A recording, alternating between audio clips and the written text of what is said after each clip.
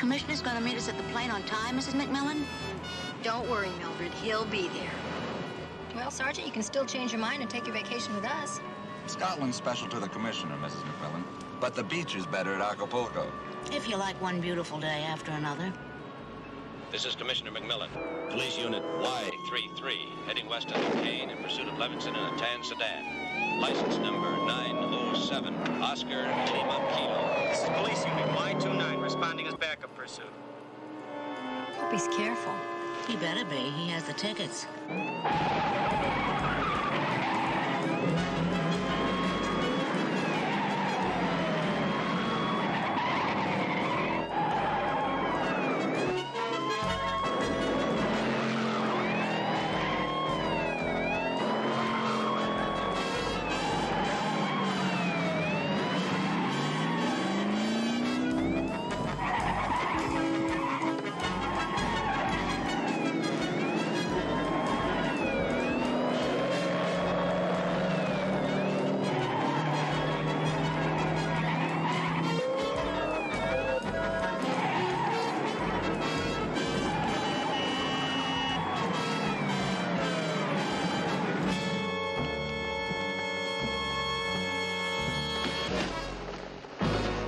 Book him.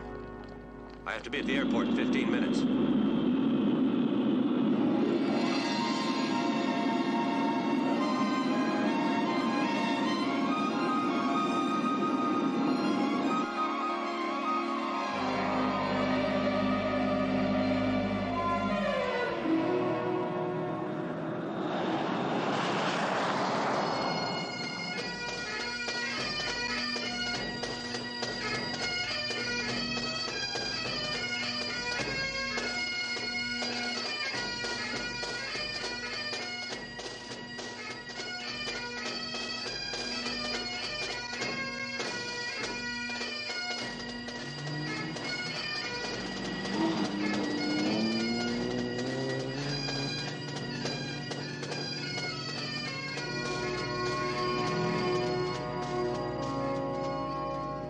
Oh, this is just beautiful country. Yeah, it sure is. I spent every summer here when I was a kid. You know, I've never met a Laird. What do I call your uncle? Laird McMillan? I'm sure he'll want you to call him Uncle Mike. Listen, we've been driving around this lake for an hour. Lock. All right, Lock. Small but rugged. Half mile across, 100 around, they say.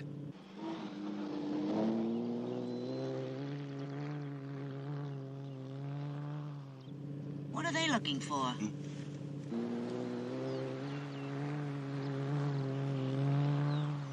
Oh, the Lochmoran monster. Monster? Mm-hmm.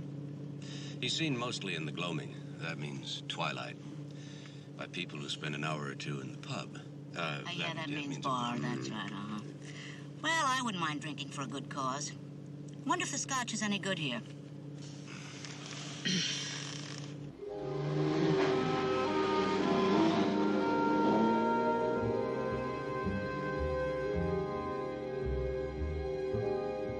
Ah, here we are.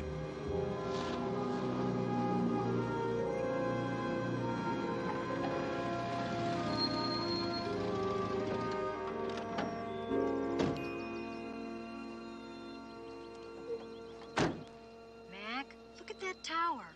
There ought to be a princess locked up in there. It's a watchtower. Uncle Michael's probably up there right now, doing his accounts. Uncle Michael! Uncle Michael!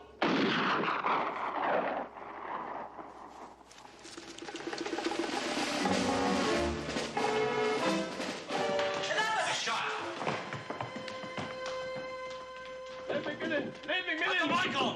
Oh, he's inside. You'll be Stuart, his nephew. He's expecting your rifle. Is there a key? There's no key. It's bolted inside. I remember a window.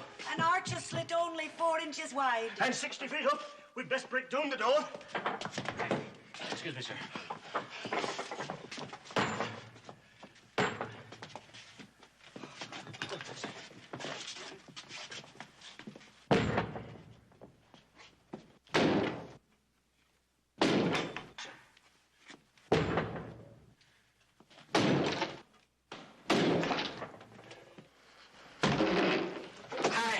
That does it.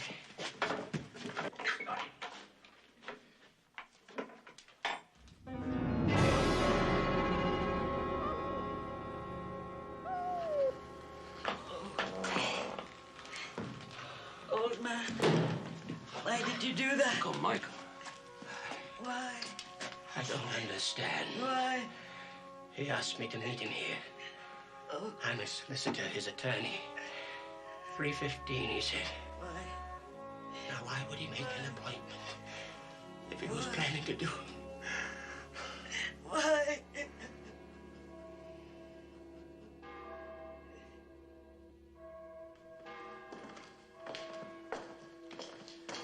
I'll get the doors in.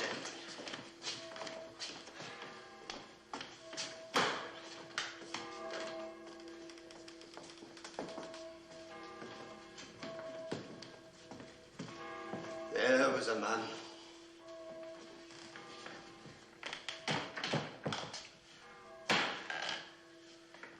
I suppose I've been saying that for the last hour. I share your sorrow. Desmond! Desmond! We just heard about it. Mr. McMillan, this is Jimmy. Mac, Sorry. it's been a long time. Certainly has. This is my fiancée, Nell Barry. Is it true? Did he kill himself? He was found alone with a gun in the tower room. The bullet matches the gun, and the powder burns out what they seem. In any case, you'll be free now, Jamie, to sell the castle. If he sells. Oh, he'll sell, lassie. Your fiancé looks like a McMillan, and the law makes him the new laird. But he has not a Scotsman's taste for the hard work. Desmond, that was quite uncalled for. He's right, though, you know, Nell. If I were English, I would be known as a wealthy eccentric. But we Scots, we don't have wealthy eccentrics. We just have ne'er-do-wells. What do you do now, Jamie? Well, at the moment, Nell and I are on the committee for the Heelan Games. In fact, we are the committee. Ooh, there's a job for you now. 3 light days of duty every other year. Between times, he sells souvenir programs at Coronation. Yeah, you do have the light touch there, Desmond. Well, you seem to have things well in hand, and, we have business. The games will go on, of course. Of course. Grandfather would have wanted it that way.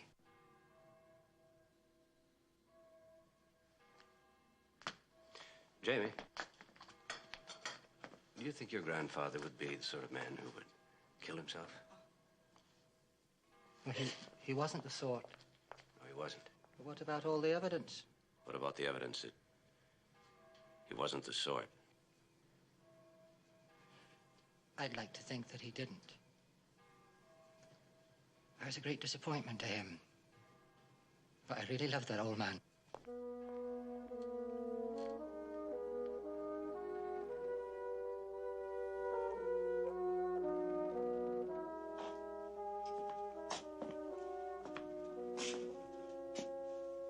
Mac? Do you think the shot could have come from there? It's the Crofter's cottage, too far away. It's direct line of vision. Couldn't be the lawn. We'd have seen him from the driveway. Couldn't be the gully. It's an impossible angle. Well, according to Mr. Ramsey, the McCready ghost is our prime suspect. McCready ghost. Glad Mr. Ramsey isn't staying for dinner. I'd sure hate to hear that dull story again. He is staying for dinner. Well, he said it was a great story. Of course, he did say it was better on a dark and stormy night. Maybe we'll get lucky. Mr. Ramsey's going to tell us some castle ghost stories. A monster in the lake and a ghost in the castle, some vacation. In the war against the Sacconing, the English, Castle Kinross was the headquarters for 2 clans, the McMillan and the McCready. The laird of the castle was the great Ian McMillan, and 4 of its 5 lieutenants were McMillans. The 5th one being Fergus McCready, referred to by some as Fergus the Infamous. Ah! Oh, no need for alarm, only a lying down. The authorities will restore power presently. What is presently? Somewhere between 2 minutes and a week. Oh, it sounds like home. On the eve of the Battle of Kinross, Ian and his chieftains galloped over to the castle in order to hide the McMillan treasure. Having done so, they were returning to the battlefield when suddenly Ian noticed that he had but 4 companions. Fergus. Aye, indeed. Returning to the castle, they found Fergus hidden in an alcove within the castle walls. If its walls ye love more than honor, raged Ian, then its walls ye shall have. And he and his men began to seal Fergus up into the alcove. As the last heavy stone was emplaced, Fergus rose up and hurled forth his terrible curse. I shall not die. McMillan walls will not outlast Macready vengeance. And when I break free, woe to the McMillan laird, whoever he be then, for his life shall be forfeit. And so shall the lives of all his kinsfolk, even to their wives and servants.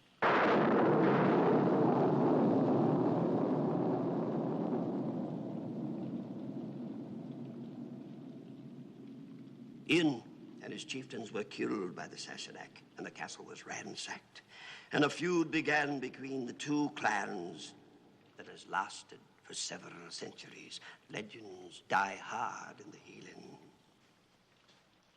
Ah, we see. If I might have a wee drop more of the port. Oh, Mrs. McTaggart, would you be so kind as to fetch my coat? As for myself, I neither believe in ghosts nor blood feuds, or I'd never have been attorney to the McMillan laird. You're a Macready? Aye. Full-blooded. My grandfather died at 90, and it was his proudest boast that he'd ever spoken to a McMillan. Of course, that's pure Hieland superstition. But still, in my grandfather's honor, and to a spirit free at last, up the Macready.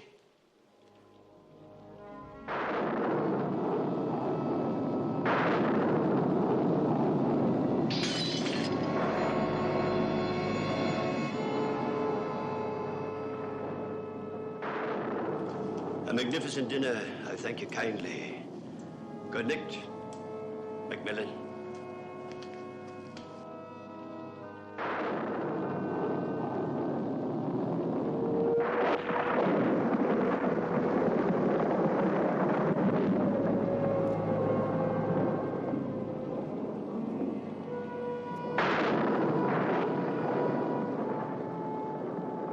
I'm not nervous. I'm glad you told me. Ready for bed? Anytime. Mac, look. I thought this was your Uncle Michael's blood, but look, there's a nick on Bobby's ear. Mac, do you think there was somebody in the room? Do you think he was trying to defend his master, and when he did, do you think there's a connection? Not quite. A man with a knife kills my uncle, nicks the dog's ear, then cuts himself into 4-inch strips and throws himself out through an archer's slit that wide. Go back to the ghost in the wall or the monster in the lake. Or better yet, come to bed. Oh, I couldn't sleep with all this going on. Try it.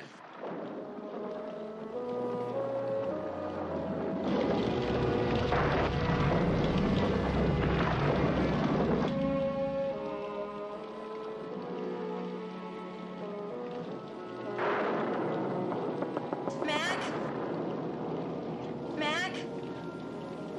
Mac!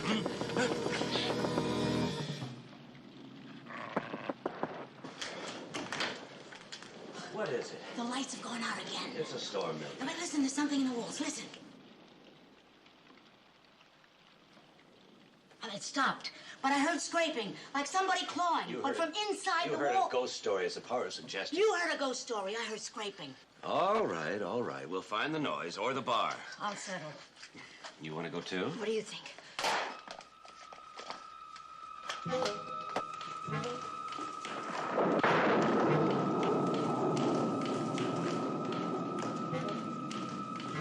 The bar's in the great hall.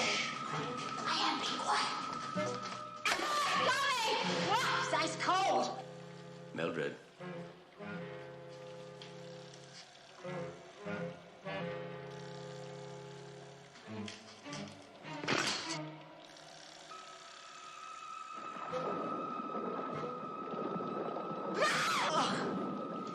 Now, I'm partial deaf, you know. but not so deaf as to sleep through this sort of larking about. Oh, out the window. What's that? Somebody running.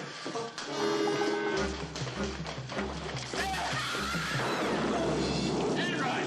Prisoner! Well, come on in. Here! Over the drain! Drain? Oh, were you expecting this gentleman? I was just ringing the doorbell. No, you weren't. The power's off. No? Did you see anybody out there? No, sir, I was looking in, not out. What are you doing here? Well, it all started out as a joke. A joke? Yeah, well, suddenly it doesn't seem very funny. You see, I never really planned to go to Acapulco. I was always planning to come here and stay with you. Well, why didn't you? Well, I thought it'd be very funny if I took a later plane. And that way, you'd be so surprised to see me that you'd be glad to see me. Well, we're always glad to see you, Sergeant. Thank you, Mrs. McMillan. We asked you to come along with us in the first place. Thank you, too, sir. It's just wonderful being here. How did you get here? I didn't hear a car. Well, I rented one at the airport. Well, I was driving on the wrong side and someone ran me up a ditch off the road. Well, you're here safely now. I bet you're hungry. The kitchen is closed. Yeah, but the bar's still open. Mildred. I suppose you'll be wanting a room. You can have your choice with or without a ghost. Your breakfast is at 8 o'clock. Oh, go on. What a rules. Come on, Sergeant. Glad you're here, Charlie. It was a great surprise. We'll send a sandwich up here. Thank you. My car is really in a ditch. I can't...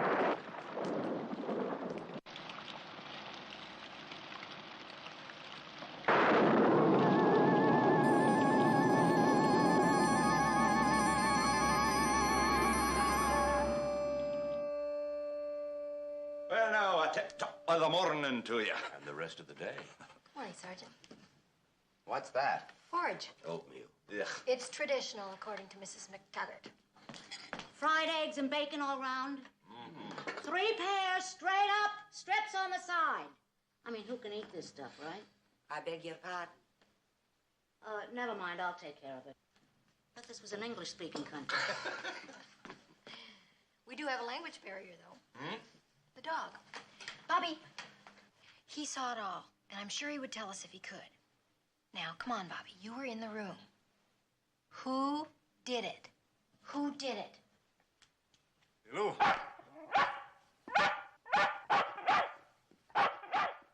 I'm sorry. You'll be visitors. I'm Duncan, the gamekeeper, as my father was 40 years before me. At least it was until I gave my notice last week. I'm Stuart McMillan. Aye. You're the nephew, then. That's right. Aye. You're blood kin. You've a right to the fish in the streams and the birds of the gorse. This is Mrs. McMillan. Charles Enright. Well, I just stopped by with some fish for the laird. The laird's dead. Dead? Shot himself. According to the local police. Well, why would he? Oh, he was old, sure, but sound of wind and limb. Indeed he was. I know it hurt the old man to think his castle couldn't even afford a gamekeeper. But why would he do it? He believed in life. A gamekeeper knows.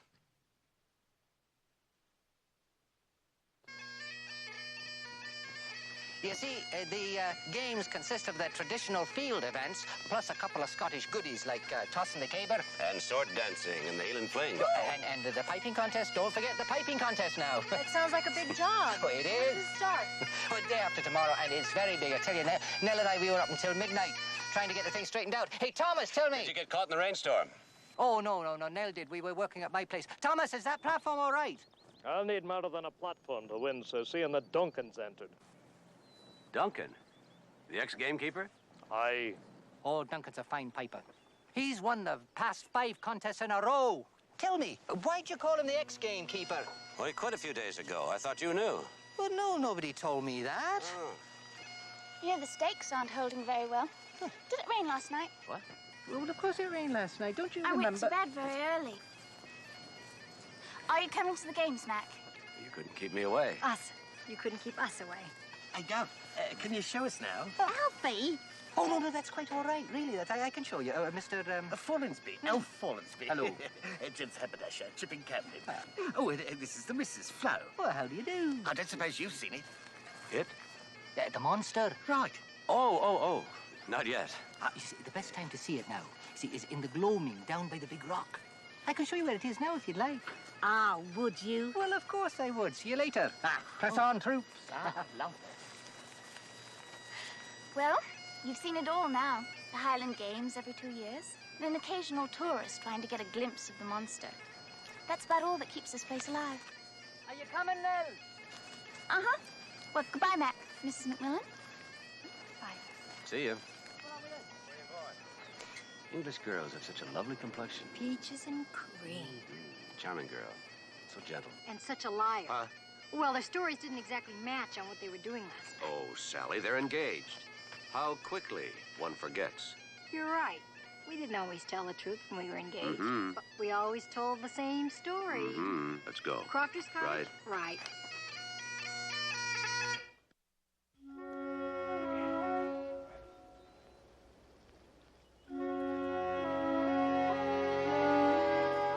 A widow named Annie Gray lives here.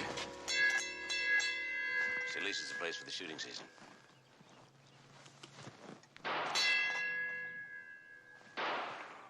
Round and back. Let's go this way.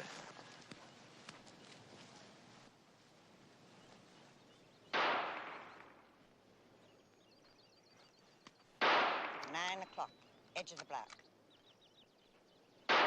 Hello. Howdy, friends. I'm Houston Gorman. I'm the tenant here, and this is Annie Gray, my pretty landlord. Oh, hello. Landlady. Say hey to the folks, Annie. It's nice to see you again, Annie. Good to see you, Mac. I'm Stuart McMillan. Commissioner, San Francisco Police. Proud to make your acquaintance, sir. How do you do? This is And my this wife. must be your beautiful wife. Sally, isn't it? Well, Sally, you welcome to Crofter's Cottage. Thank you. Come on over, you folks, and sit a spell. Thank you. Of course, we knew you were in town. I tell you, when you've been away from the good old U.S. of A. long as I have, why, you know it when folks from God's country land here. No offense, Annie. I tell you, sometimes I get so hungry for the sound of an American voice. Uh-oh. You got us, Commissioner. We are litter bugs. No. Annie and I sit down here a lot watching that castle yonder. You know, I try to buy it from your uncle. Hey, it's a shame about him. Fine gentleman. Uncle Michael wouldn't sell. Looks like he could reach right out and touch them stones, don't it? Those are mighty powerful binoculars. No, he wouldn't sell, but his grandson will. Jamie. Are you sure? Jamie's got expensive tastes. And an expensive, Fiancé? you could call it that. Well, you know what these London girls are like. Of course, we'll offer him a fair price. So I represent Globe Hotels, Inc. They want to run tours here. 7 glorious days and 6 terrific nights in a Scotch castle. Scottish. And you're determined to buy it for Globe Hotels, Inc.?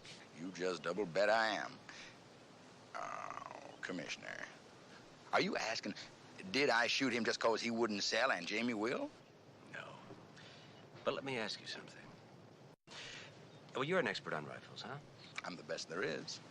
Would it be possible that the shot that killed my uncle could be fired from here? No way.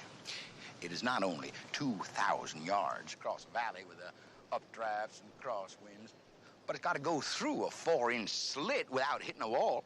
Another problem I'd have is, how do I get the fellow to stand right still just inside the slit while I get the shot lined up? That's a tough shot. An impossible shot. Well, somebody solved the problem. No offense. None taken. He was your uncle. Well, Hey, Commissioner, how about joining us for a little grouse hunting tomorrow? Oh, You know what a grouse is, don't you, Miss McMillan? That's a pigeon with a live wire ad agency. I tell you, Duncan's coming and Ramsey. Oh, well, I'll try to make it. Mac, grouse hunting, that's killing little birds. Well, that's the idea. Is that a deal? That's a deal. Oh. See you. So long, Annie. Nice to see you again, Mac. I think Uncle Michael would like me to go on this hunt.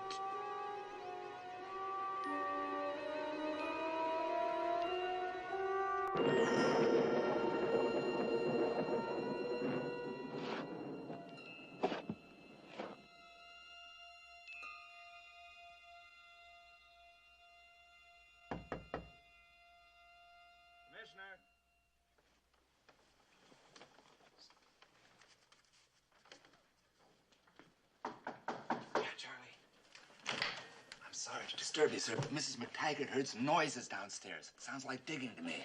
Digging? Digging?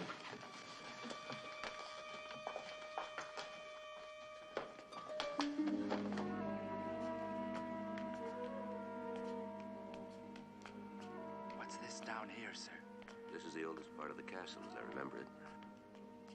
They used to call it the keep. The keep? Uh-huh. Oh, how lovely. Where they keep people. Sure you want to come down here? If you're down here, you sure ain't gonna find me up there. It's locked. Or stuck.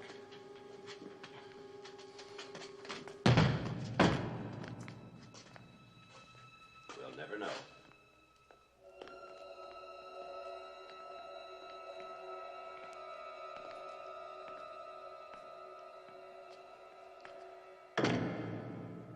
Upstairs. There's someone upstairs. Not anymore. It was an outside door. Well, wait for me!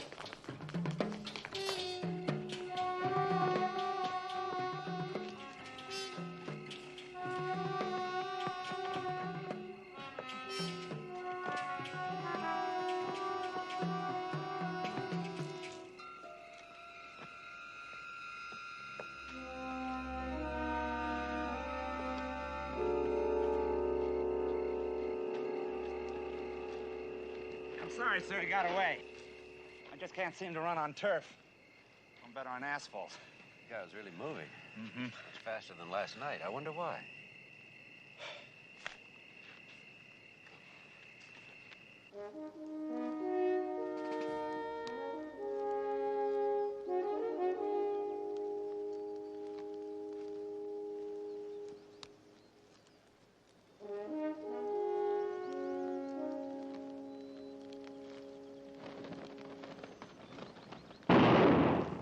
Bird down.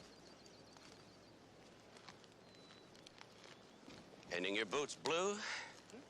Oh no, I got that painting the judges stand. Maybe we should separate. Beat down this hill and across the valley. I'll do the left flank. See you later, Mac.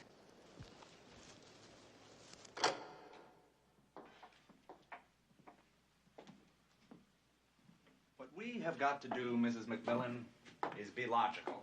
Logical. An old man climbs up here once a week to do the bookkeeping for a castle that can't even afford a gamekeeper.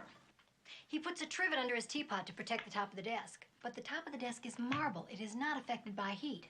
Life is not logical. Maybe not, but I have a theory.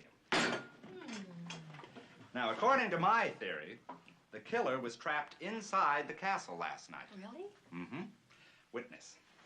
The body was here, the rifle here. That door was locked, the window too small to get out of. Right. Ballistics has proven that the rifle was the murder weapon, and the powder burns tell us that it was fired at a very close range. Suicide, right? Right. Because if it was murder, the murderer would have been trapped right inside this room. Unless he disappeared through the walls. That's my theory. You're kidding. No, I'm serious. I'm talking about a secret passageway. You're kidding. Now, you might have noticed the last time I was in here that I scraped mortar off various parts of the wall. I was wondering what that was all about. Well, this morning I went into the village and I talked the custodian into letting me into the school. And? And they have a science lab there with some carbon dating equipment. It's pretty primitive and physics really isn't my field, but I made some tests. And? The mortar in this section of the wall is 500 years old. Over here, 300 years old. Wow. But within the 300-year-old area, the mortar is much more modern. How much more modern? Well, I can't really be sure. Maybe 5 years? Maybe only a couple of days. What are we waiting for? Right.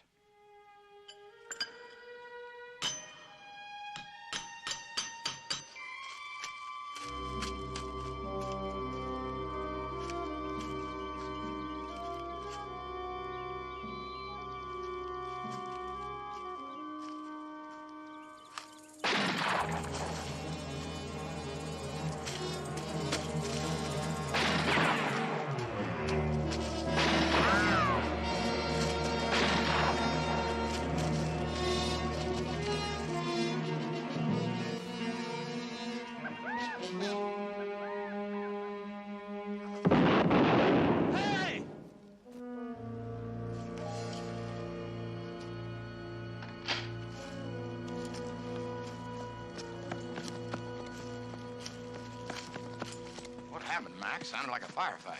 Are you all right, sir? I'm in great shape for a man who's been shot at with a rifle. Rifle? In a grouse area? Are you sure?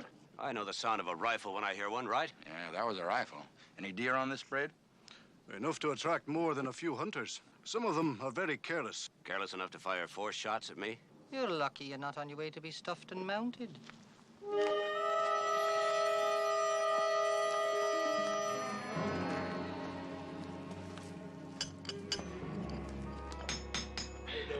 Pretty good, not slow to go. Yeah, well, let's see, that just about does it. Okay, here. Now let's Push it. see if... Yeah, that's good. Yeah, works easy. Hey, it's just like a door. It's open back there, Sergeant. Okay. Now, It's a passageway. let me see what's back there. You stay here. Fat chance.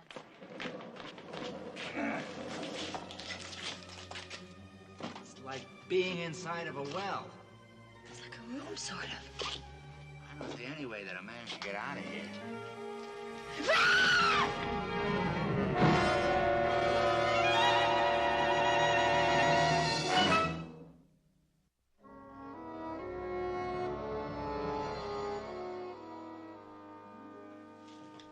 You realize who you found, of course. Yes, the long-lost Fergus McCready, and we weren't even looking for him. Now, it's my theory that the murderer came to this room sometime before your uncle. He opened this secret door, went into the chamber, closed the door behind him, and waited. At last, your uncle came up the stairs. He comes into the room, closes this door, and locking himself into the room. Then the murderer opened the secret door, crept out of the passage, and killed your uncle. Bang! I kill him. I hear the voices. Into the wall.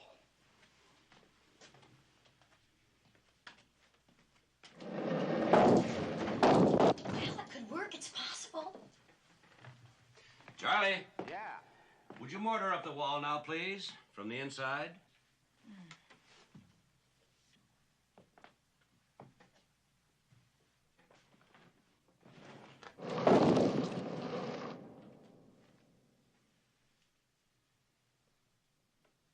I guess he'd have to have long, thin fingers, wouldn't he? Never mind, Charlie. Good try. Well, my theory was good in the abstract. Just wasn't any good in the concrete. Well, you know what my father always said. First, find your motive. Then you've got your murderer. Everybody's got a motive. Jamie's the heir. Nell's got Jamie. Ramsey's a McCready, don't forget that. Houston wants to buy this place, and Annie Graham's got Houston. And Duncan quit because no one knows why. Anyone else? Mrs. McTaggart. Well, I think she had a crush on the old man. Unrequited love. Oh, I've had enough for the day. Let's call it quits. Yeah, let's take a ride around the lobby. Good idea.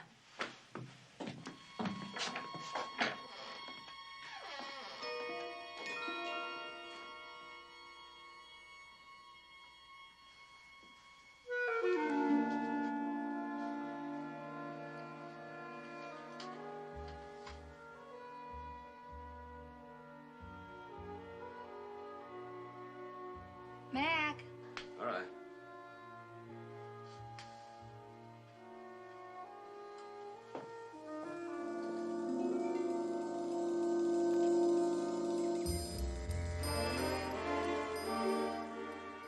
It doesn't ever get dark in this country. That's the gloaming.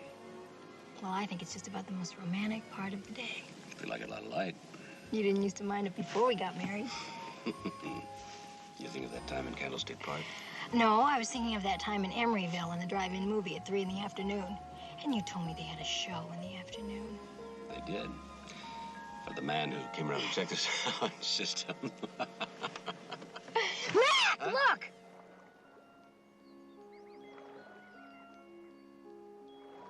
Is that a monster? Is that a real monster? Oh, yes, yes. It's gone. Oh, look, tea and scones. Oh, not for me, thanks. But it was something with enough power to move through the water, well, like a monster. Could it have been towed by a boat? No, there was nothing above the surface except those fins, and it was absolutely silent. Sergeant, it was so quiet you could hear that little carousel over at the games grounds. Oh, you know what they call that, sir? That is called a side skirt. But the one you found didn't have one. Wonder why? You know, I've seen something like this somewhere. Not as part of the armor, but separate, used for something. If your Aunt Eleanor gave you one for Christmas... She wouldn't, darling. She's into modern. Well, if she did, what would you do with it? Well, I'd give it to Aunt Louise. Her birthday's in January. She loves useless things.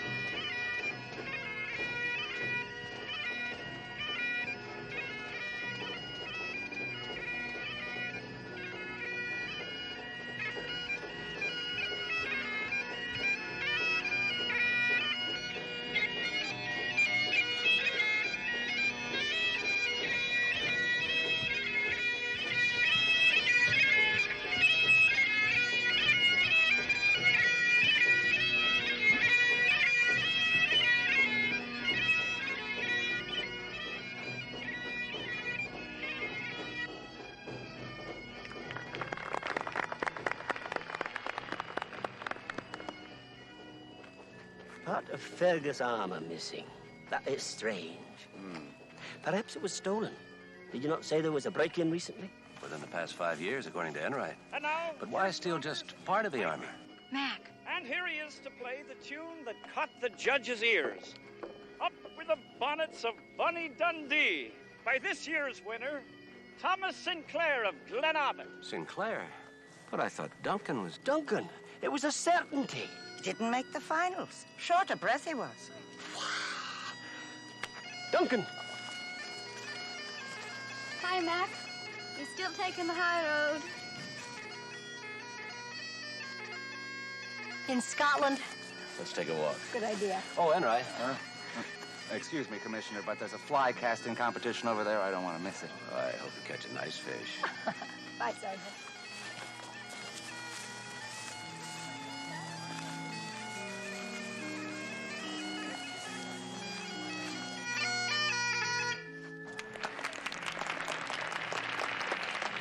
Going very well, Jamie. Yes, isn't it? Is that the stand you painted yesterday? Oh, yes. I did a very good job, too, I think. No. It was blue paint on your boot. The stand's green. Oh, well, I must have got that someplace else. Hey, McDougal! Mac, Nell says they're selling some terrific tweeds. You want to go over and look at them? Huh? You want to go over and look at them? 2 horses on that carousel.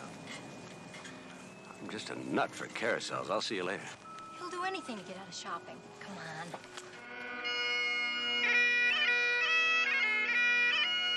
Bye, Mac.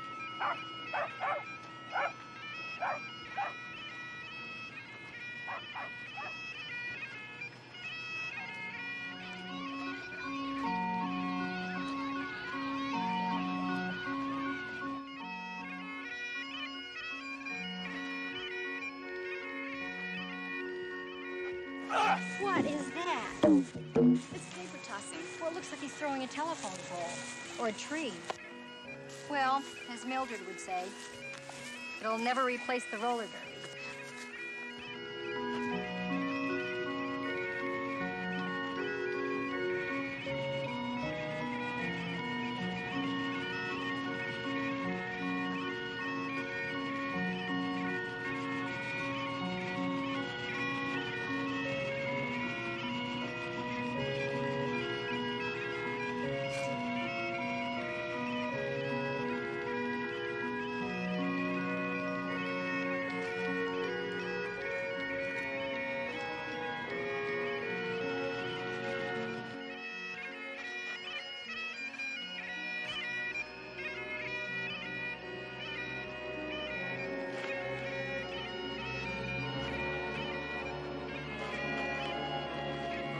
Watch out! Yeah.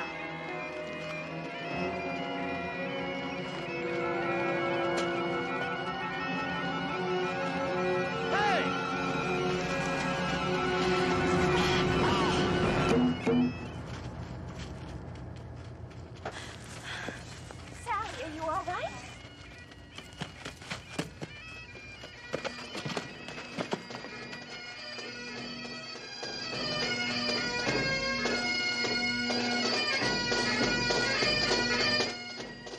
You know, in our country, we try to keep to the left.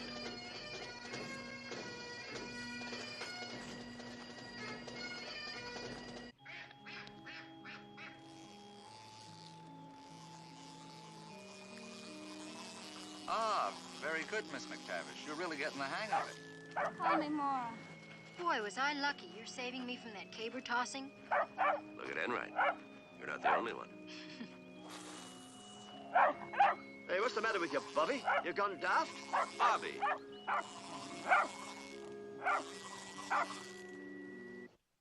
Why, thank you, Bobby. I can use all the compliments I can get. Come on, Mac, hurry up. I'm dying for a peek. You should learn the value of anticipation, lass. There's a wee duck in Doris, just a wee drop, that's all. There's a wee duck in Doris, before we gang aboard. There's a wee wifey waiting in a wee button bend. Hello, is my husband in there? There's a wee duck in Doris, before we gang aboard. There's a wee wifey waiting in a wee button bend. If you can say it's a bob breaks moonlight next, you're all right, you can. You look fabulous. Turn around. I want to see if your hem is straight. This is one drafty castle, you know that? Would you like to borrow some pantyhose? Would you like the back of me hand? You look great. Is my sporran right? It's supposed to be hanging in the center. Oh, the little purse. Yeah. Yeah. Put a little lipstick in there. For me. You know, I think Bobby prefers me as a Scotsman. Keep your knees together, darling. I know what Bobby doesn't like. Did you see the way he was barking at Ramsey? And I've seen him barking like crazy at Duncan, the gamekeeper. Oh, Sally, stop waiting for Bobby to solve my uncle's murder. Dogs bark. They also wag their tails. I've seen him do both at Duncan and at Ramsey, among others. You decent? Come on in, Mildred. You call that decent? Go put some pants on. We've been through that already, Mildred. What's up? What time is this shindig? In an hour, and it's not a shindig. It's the traditional turning over of the castle to the new laird, Jamie. Mm-hmm. Well, the Great Hall is filling with Scotsmen, and Mrs. McTaggart is already passing out the booze. Then what are you doing up here? Aren't you amusing? Tut. Mrs. McT has never heard of drink coasters. By the time Jamie moves in, there are going to be rings all over that good furniture. Oh, all that good mahogany. Those old-time lairds should have put their armor on their tabletops instead of on their warriors. You'll work it out, Mildred. Yeah, well, don't say I didn't warn you.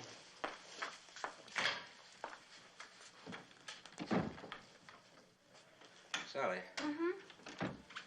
Would you find Enright and meet me up in the tower? Darling, what about the ceremony? Oh, this time. Mac? Huh? There's something that I've always wanted to know. What? What does a Scotsman wear under his kilt? Later.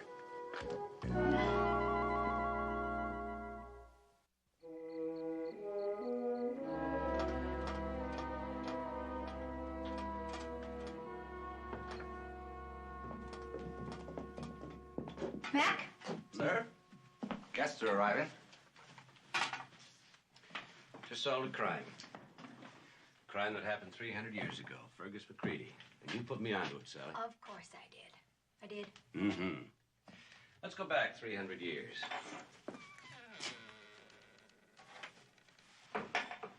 Remember the legend. The McMillan walled up Fergus McCready because he'd found him hiding in the castle the night before a battle. Figured him out to be a coward. But he was really a thief. Fergus came back to the castle, dug up the treasure, reburied it someplace else. And the secret died in the wall with him. That's why the treasure disappeared. I put you on to all of that? Sure. Remember the other day when you wondered why anybody would need a trivet to protect a marble tabletop? You weren't even there. Oh, well, I showed it to him. I know you said it wasn't logical, but it seemed logical to me, so I... The missing piece from Fergus's armor. Well, how did that get in here? Uncle Michael. Sometime in the last years, remember the new mortar?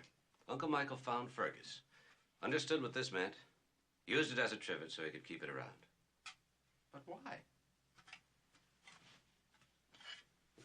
Fergus scratched the location of the treasure on it. Well, why wouldn't Uncle Michael just dig up the treasure? Well, Jamie, I would think. You can't get rid of a castle in a day, but you certainly can a treasure. And Jamie, being the spendthrift that he was, Uncle Michael wanted to wait and make sure that Jamie was mature enough. Mac, this doesn't look like the map to a treasure. It says BQ3. That doesn't make any sense. Doesn't it? Mm-mm. Follow me.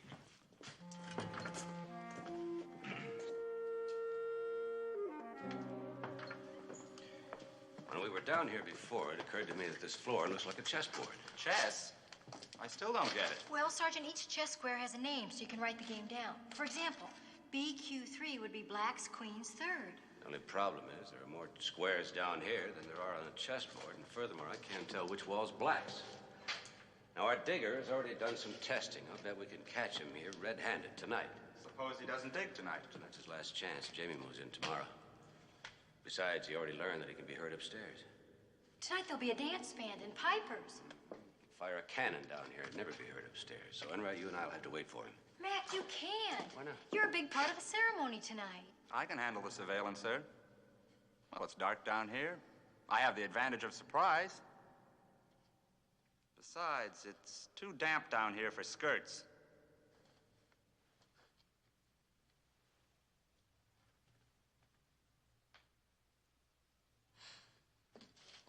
All right, Charlie, but be careful.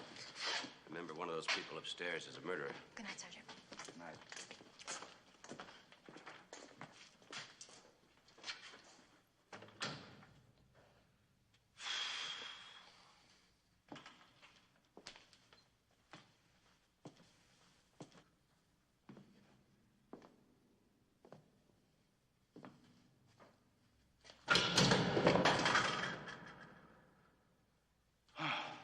What a way to spend an evening.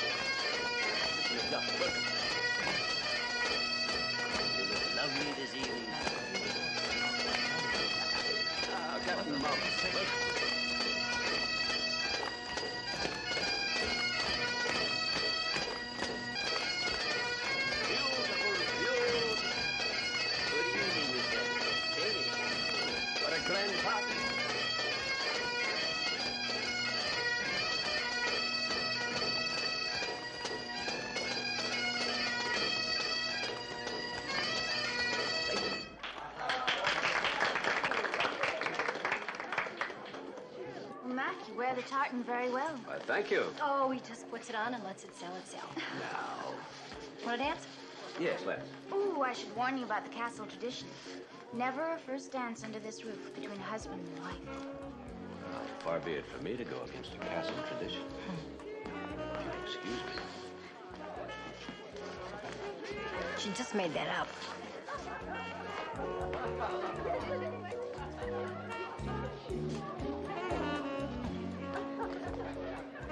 Would you care for a fling? Beg pardon? Would you care for a fling? Oh, you don't fling to this music, only the pipes.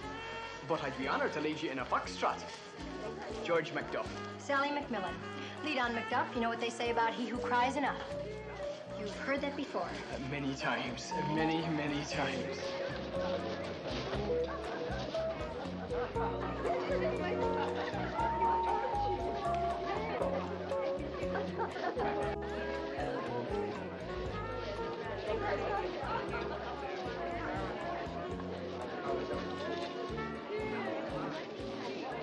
I see Nell is stuck with some big cloud. Isn't he your husband? So you're right. I never recognize him when he's dancing with someone else. Thank you very much, Mrs. McMillan. Oh, you're very welcome. May I fetch you something to wet your whistle? Oh, that'd be nice. I'll be right back. Meet me by the black wall.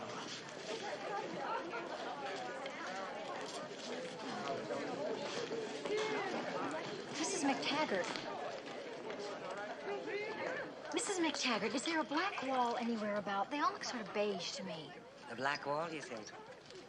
That's not color. It's from chess. The north wall. Well, what makes the north wall black? The McMillan who built this place was a hound for chess. Wouldn't he play with the morning sun in his eyes? And always played white.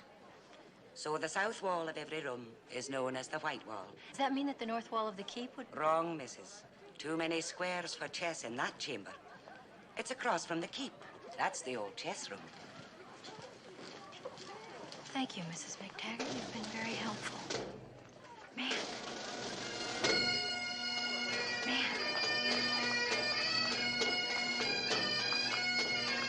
Wait, man! Quiet, please. You cannot interrupt the ceremony. I'm sorry. Try a bit of the salmon, love. Maybe later, Mrs. McTaggart. Thank you.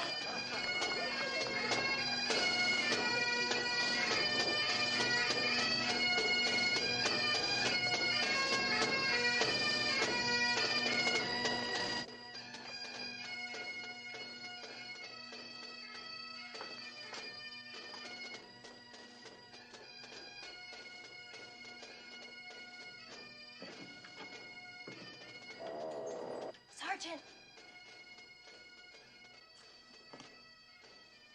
Sergeant!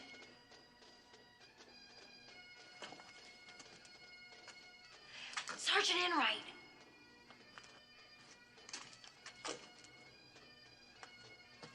Charlie? Charlie, it's me, Mrs. McMillan. It's okay, it's me.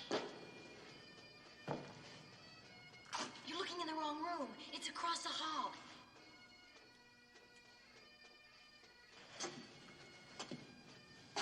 Sergeant, it's the room across the hall, and the north wall is the black wall.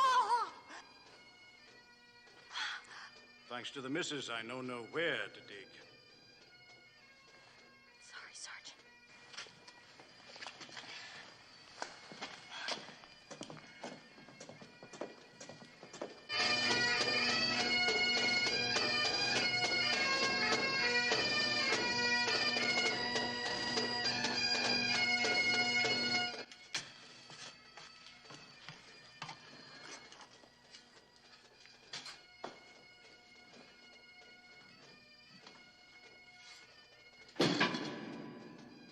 I'll take that.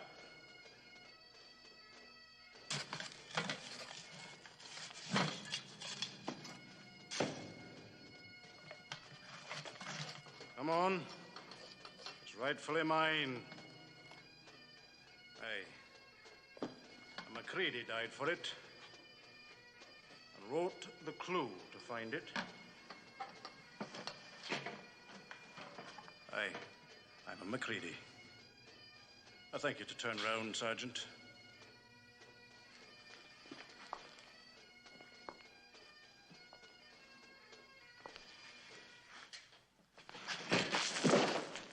The scepter of the McMillan, strong and straight. All here bear witness that you accept it willingly, with all encumbrances thereto. The last man who carried it with great honor. I wish it and the family name the same good fortune in your hands. Those present are bound to inform all those in their ken in these mountains that Jamie McMillan is the true and only possessor of all properties, honors, titles, and licenses pertaining to the Laird of Kinross. And henceforth, he shall be known as the McMillan. Up the McMillan.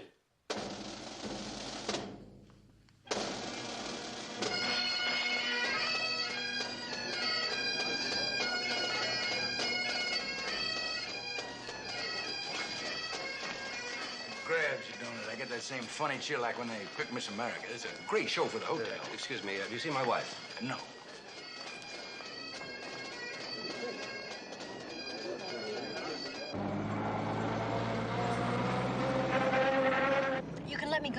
You don't need a hostage. They can't catch you now. You didn't quit your job. You got fired when Uncle Michael found you digging for the treasure, right? You're a smart lass. Now be quiet. I have some hard driving to do. Any idea where he was heading? Well, sir, when I came to, I looked out the window and I saw a car going down the lock road very fast.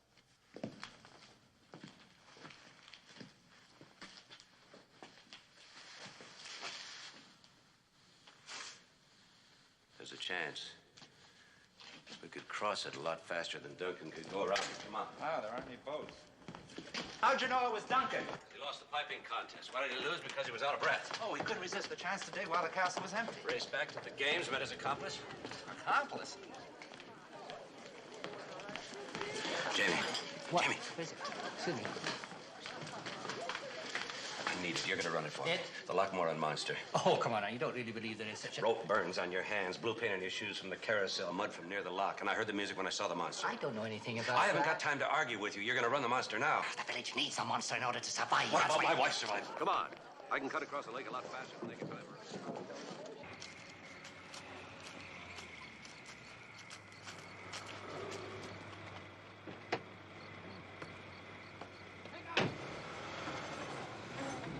Brother Ben? You could have killed me. I can make that kibber sit up and play any lorry. I was only throwing you a scare. And it was you that shot at Mac when he was on the grouse hunt. Quiet. All we've done is scare folk so far. Drive faster, Duncan. There's none from the castle can catch us now.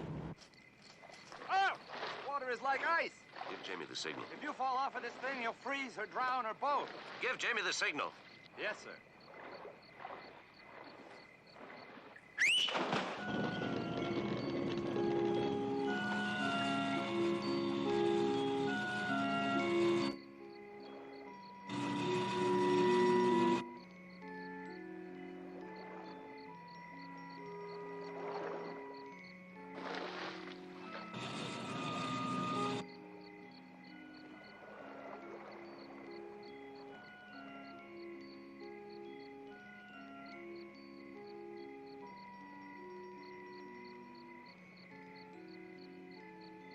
We're leaving now, Flo. I've got to be back at the shop Monday morning.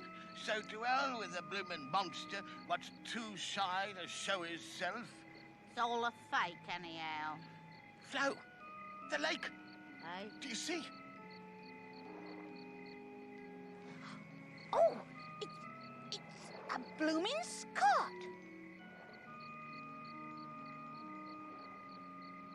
They'll never believe this in Wormsley Park. Is it going, Flo?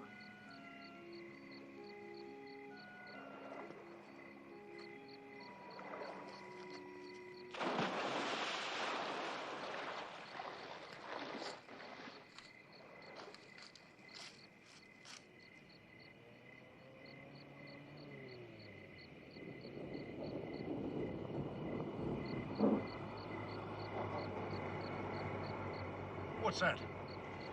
I'll move it.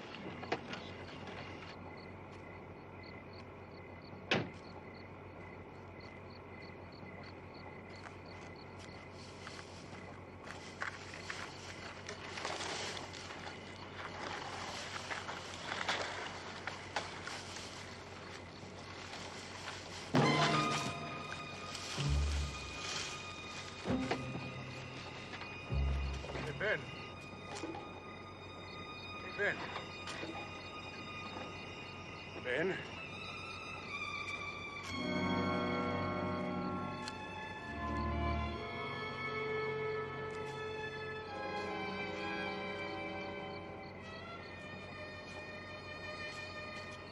Hey, Ben. Ben?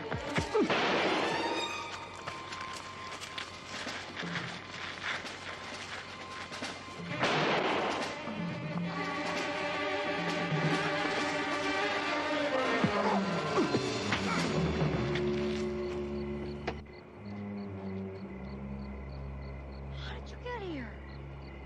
If I told you, you wouldn't believe it. The McMillan treasure. Yeah, I'm touched. Yeah, and my friends all hope there will be enough here, so they won't be touched for a while. Oh, well, thank you, Duncan, for saving me the digging. If my Latin is reliable, these shares assure us of handsome dividends from all those people traveling the Northwest Passage to India. Yeah, through 1819. There's more in there, Jamie. Oh, look. It's a necklace.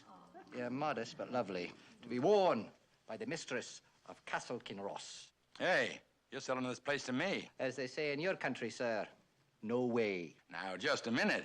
Up the McMillan. It's a happy conclusion for you, McMillans. And as soon as we prepared a legal case against these two for the murder of the laird, you'll get your just revenge. We ne'er killed the old man. Took his treasure, aye. But we're nae murderers. I suspect they're right, Mr. Ramsey. A murderer would have dealt more harshly with my wife and Charles Enright. There's no real link between the treasure and my uncle's death. I'd like to propose a toast. Michael McMillan was more than a father to me. It was a rare privilege to know him. And I've not been able to prove, as I'd hoped, that he was murdered. But I would like to propose a toast to this man whose noble life cannot be diminished by the events of a single day. To the late laird, whose death, whose suicide, I will not accept, because it's simply unacceptable. To the late laird.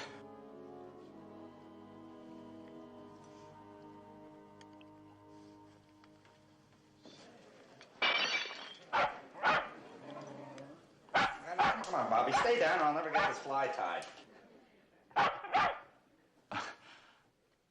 Well, so I just thought that since the case is solved that, Miss McTavish has taken me to a secret place she knows where we can get in some good night fishing. Just a second. May I?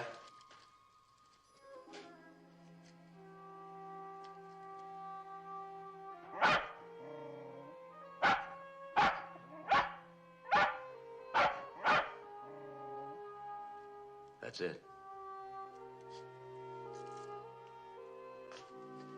May I ask you all, Ramsey, Jamie, Houston, join me in the tower room in about 10 minutes? Come on, Bobby. Come on. Come on, Bobby.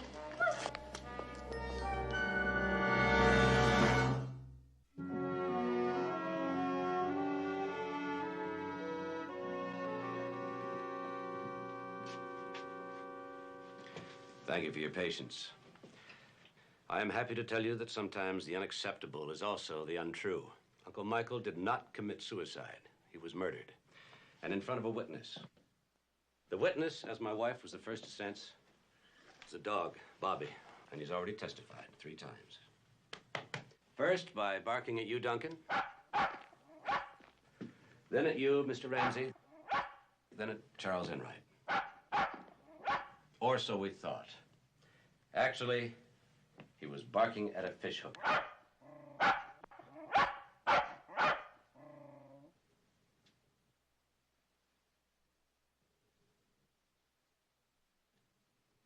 I'll show you why. Our murderer took a fishhook and line, which is almost invisible, attached it to a trigger of a preloaded gun before Uncle Michael came into the room, wrapped it around the butt of the rifle, out through the window, threw it up to the parapet above. Then he went up there and waited. Uncle Michael walked to the window, probably when he heard the sound of my voice from the driveway. Uncle Michael! Uncle Michael! 1 yank to pull the trigger. The second yank, much stronger, to pull the gun off its mounting.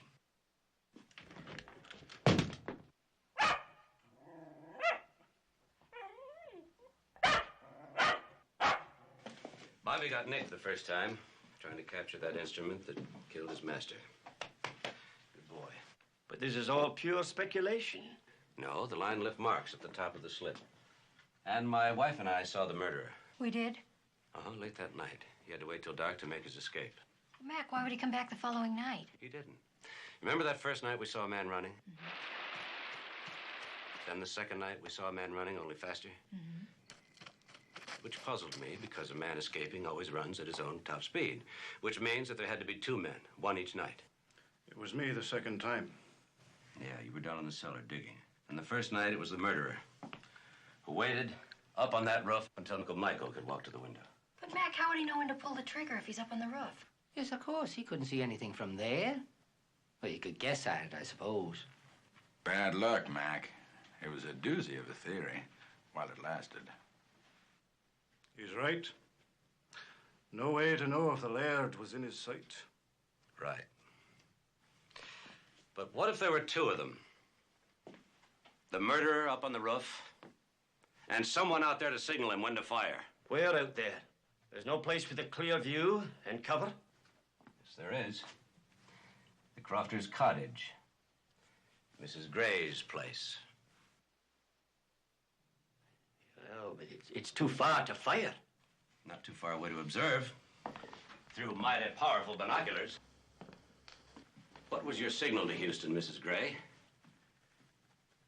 Everyone knew that Uncle Michael would never sell this place. But you knew that Jamie would. You had to sell this place to Globe Hotels, didn't you? Living off expenses you'd never earned. Wasn't that it? What were you thinking of, Mrs. Gray, when you stood there and watched the tower, smoked all your cigarettes, and waited? Didn't you ever wonder how you could let this con man talk you into killing a laird? Don't answer him, Annie. It's a trick. What was your signal, Mrs. Gray? Did you raise an umbrella? I lowered it. God help me, I lowered it. Everybody stand right there. I'm really very good with this.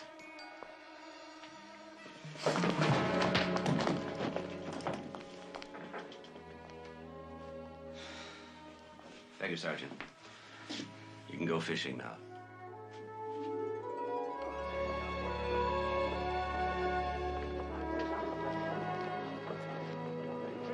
Thanks for everything, Mac. We're really grateful. You know, it's not going to be the same around here without you. Very, very quiet. The next Healing Games are not for 2 years. I think the village will get by. I somehow have the feeling that the monster may appear again. Come on, Bobby. They die hard, monsters.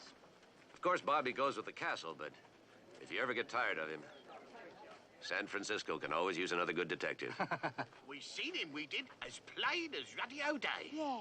The Flying Scotty is, according to the new laird hereabouts, gone forth from his castle to recover his stolen treasure.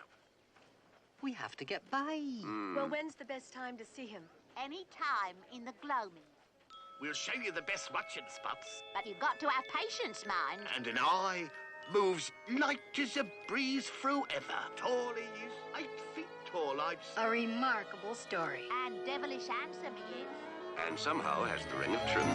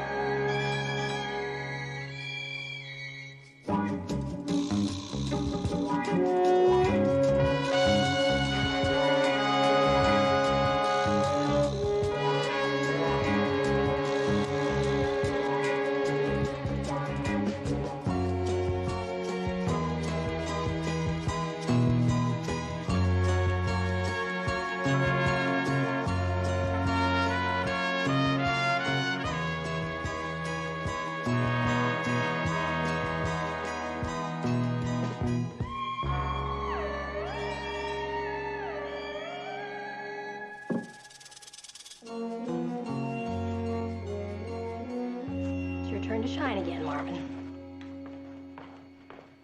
Don't tell me it's Halloween already? Only 3 days away, Mildred. I know, but why rush it? A rotten day like Halloween. Well, I have to take these decorations over to the hospital. We're having a party for the little deaf children over there. Haven't they been through enough? I know it's a little early in the day, Mrs. McMillan, but you know what holidays do to me. Halloween's only the beginning. Then we have Thanksgiving, Christmas, New Year's. No, I don't think I'll really be myself again until sometime early in March. March? What happened to February? Yeah, well, I do start to taper off around Lincoln's birthday, but then we have Valentine's Day and, of course, George's birthday. No, I don't think you ought to count on me until sometime early in March. I'll get that, Mildred. Hello? Oh, George, certainly I remember you. How are you? You're talking too fast. I can't understand you. Oh, sure. I'm coming over there anyway with some decorations. A half an hour? Well, I guess I could make it. What is it, George? What's wrong? Can't you tell me over the telephone? All right, George. Room 112. I'll be there. Don't tell me Halloween's gonna be early this year.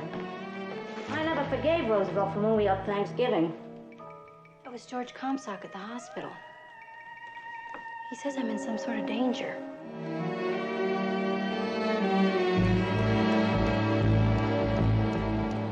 Well, I don't know. He didn't make any sense. He just kept saying over and over again that I was in some sort of danger. Poor George. I hope he's going to be all right. He sounded so frightened. Poor George. You're the one he said was in danger. What kind of danger could I be in? And what would George Comstock know about it? Well, he's a pharmacist, isn't he? Maybe somebody gave you a bum prescription.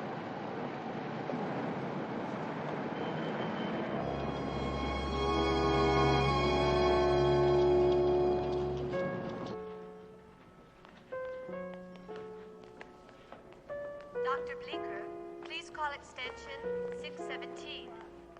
Dr. Bleecker, please call extension 617.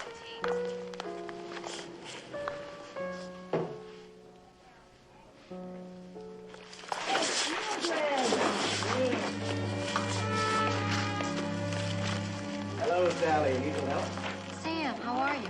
Where's room 112? 112. It's down the hall. You go on ahead, Mildred. What are you running here? Halloween concession? No, we're having a little... Miss Crane, Miss Pam Crane, call extension 907. Hey, what the...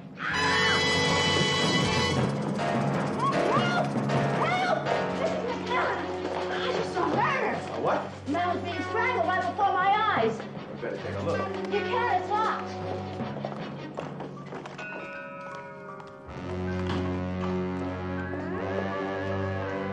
Well, they were in here. Like the door was locked? If Mildred says she saw a murder, she saw a murder.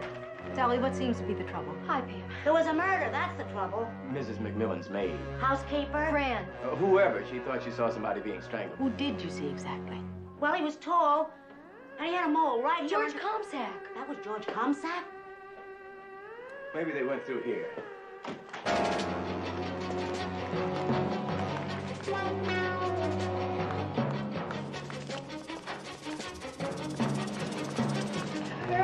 Yes, ma'am? Did you see anyone leave that room, or room 112? No, ma'am. The patients in both rooms checked out this morning. They've been empty since. George called and he asked me to meet him in room 112. He kept saying over and over that I was in some sort of danger. I didn't realize that he was in danger, just trying to warn me. Commissioner, room 112 is clean, sir. Nothing. Thanks, Charlie. Well, we can't be sure of anything, of course, until we locate Comstock. Then you better start looking for a corpse, Commissioner. You say he's on vacation? The corpse? George Comstock is on vacation. However, I've sent for his wife. She's on her way over now. But she works in the hospital, doesn't she? Yes, next ray.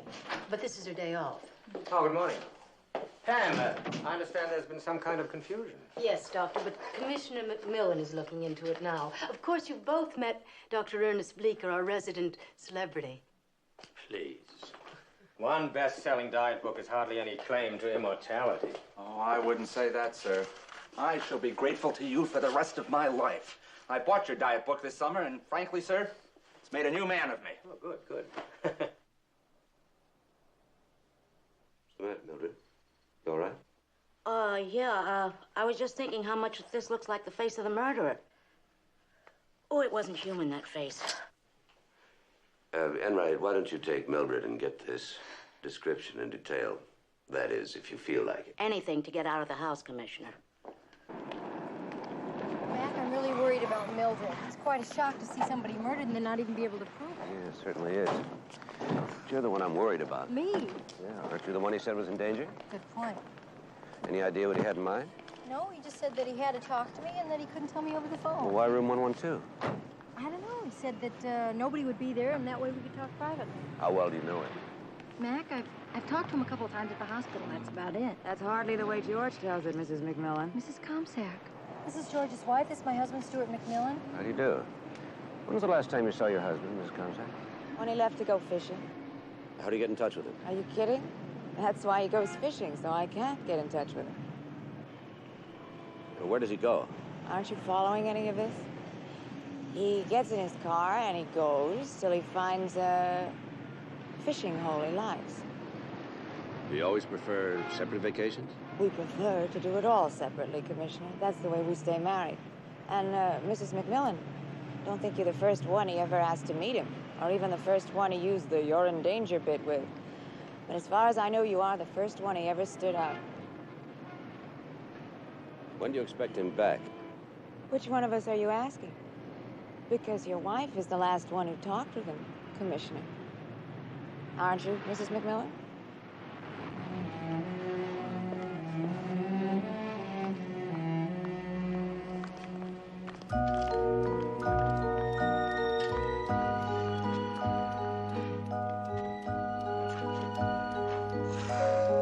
Well, tomorrow I'm going out to get my hair conditioned. It's a mess. Tomorrow, you're not going to leave this house. I'm not. No. Well, I can't live another day looking like this. Live another day. Interesting you should choose that phrase. Don't try and spook me.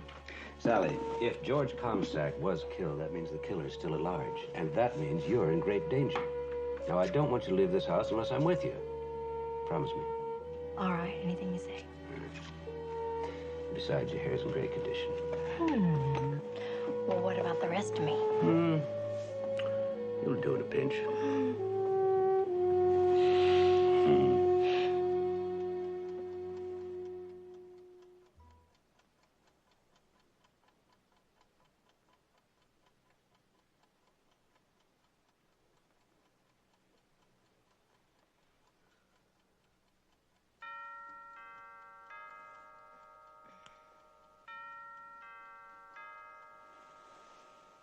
Who is that? It must be after midnight. I don't know. Wait here, I'll go see.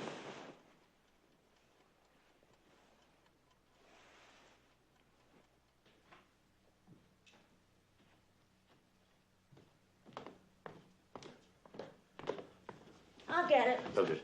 Not so Don't do It's that. all Don't right. do it.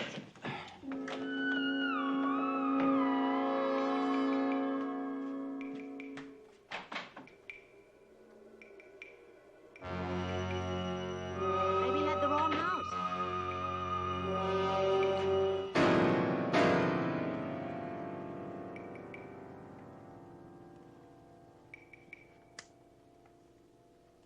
Is that for me? Yes. Thought I told you to stay in bed. Well, it wasn't the same without you. Sorry to disturb you, Mildred. You can go to bed now. Let's see.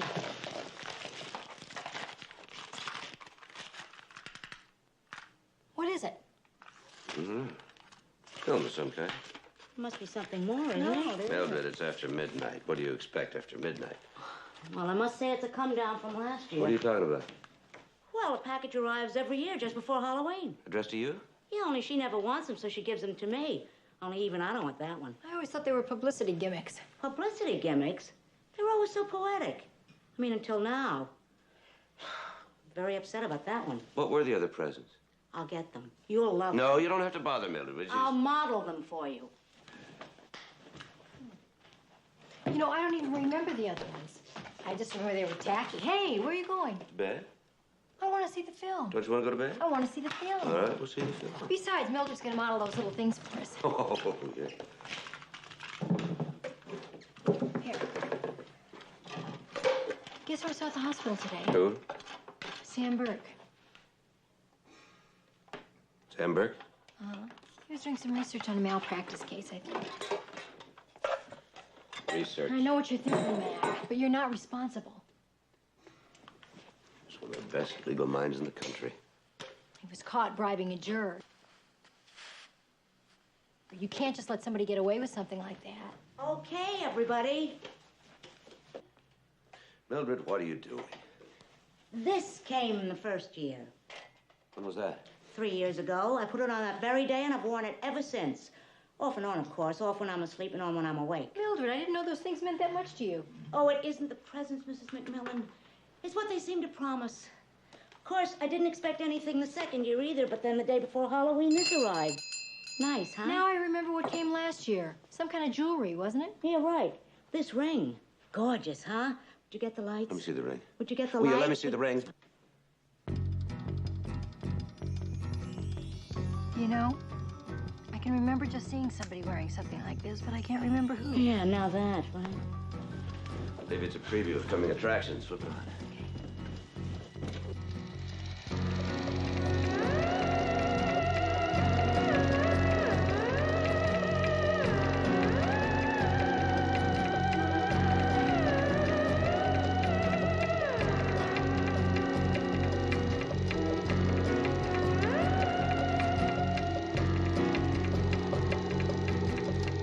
Why would anyone send me this?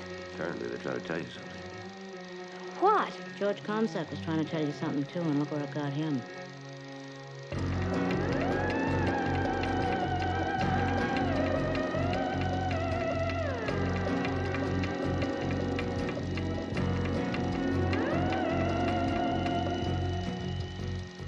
What kind of a Halloween party is this, anyhow?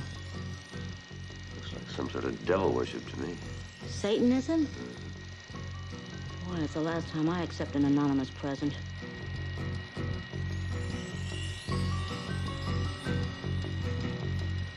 Mac, you don't suppose there's a connection between this and George Comstock's warning, do you? I hope not.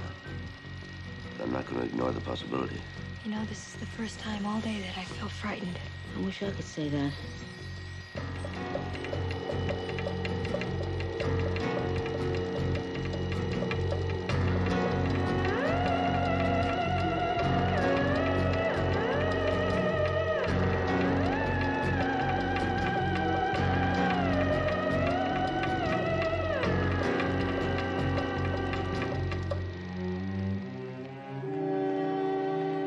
Dr. Bleeker, please call extension 617. Dr. Bleeker, please call extension 617. No, Sam? How are you?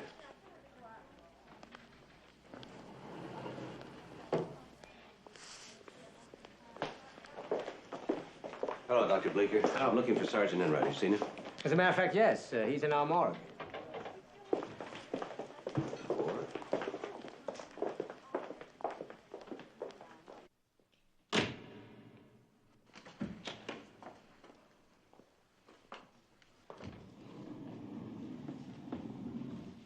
Hi, Commissioner.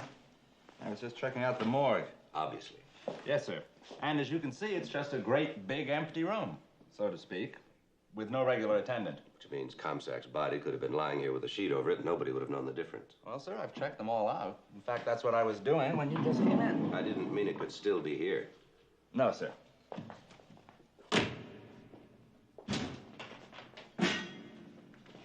Still working on the case of the missing corpse, Sergeant? This is the orderly who was in the corridor yesterday, sir. Irwin Blake, Commissioner McMillan. Yes, Mr. Blake. Yesterday you reported that no one entered or left room 112 or the adjoining room at the time of the murder, correct? That's right, sir. And that does include stretcher cases. I think it's safe to assume that stretcher cases don't get around much on their own.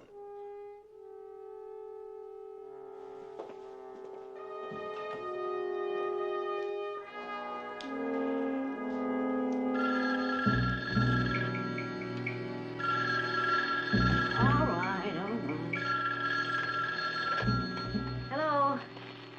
Hello? All right, I know, but what did you do with Comstock's body? Dumped it in Willow Swamp. Deep, I hope. It's in a trunk. Weighted. Sank right to the bottom. Good. Now start looking for another trunk. And have to be as large, just big enough for that funny-looking maid of the McMillans. Good idea. She's the only witness. We sure can't let her keep talking.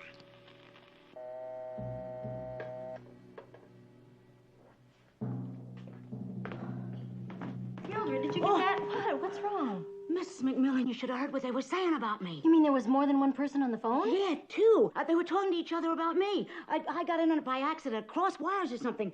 But, Mrs. McMillan, they're coming to get me with a trunk. I mean, in my size, petite.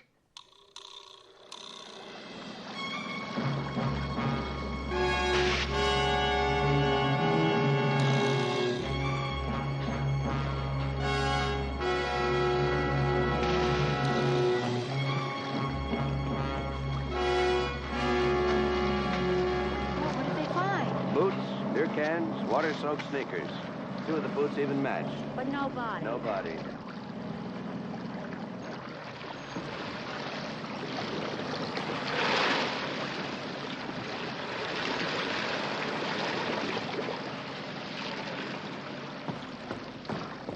They found a trunk, sir.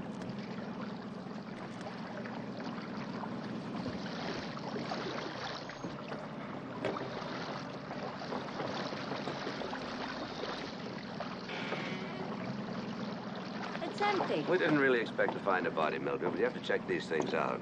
That phone call was rigged. You mean they knew I was listening? Yesterday, they tried to make it look as though you were seeing things, didn't they? Yeah. Well, today, they tried to make it look as though you were hearing things. That's what they call discrediting the witness. Oh. Hey, wait a minute. How dare they? It's done all the time. I don't mean discrediting me. I mean calling me funny looking when they knew I could hear every word they were saying.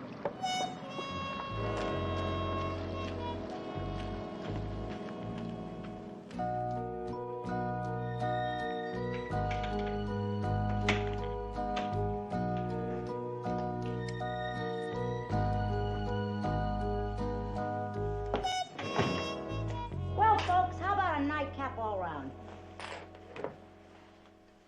If you have another nightcap, Mildred, you won't have a head to wear it on. Mildred, why don't you just go to bed? You've had a pretty rough day. Yeah. Okay, but not until I turn down your beds. Don't bother, Mildred. It's no bother, Commissioner, and I've never missed an evening. And so far, we've all gotten along perfectly. This is not the night to start changing things.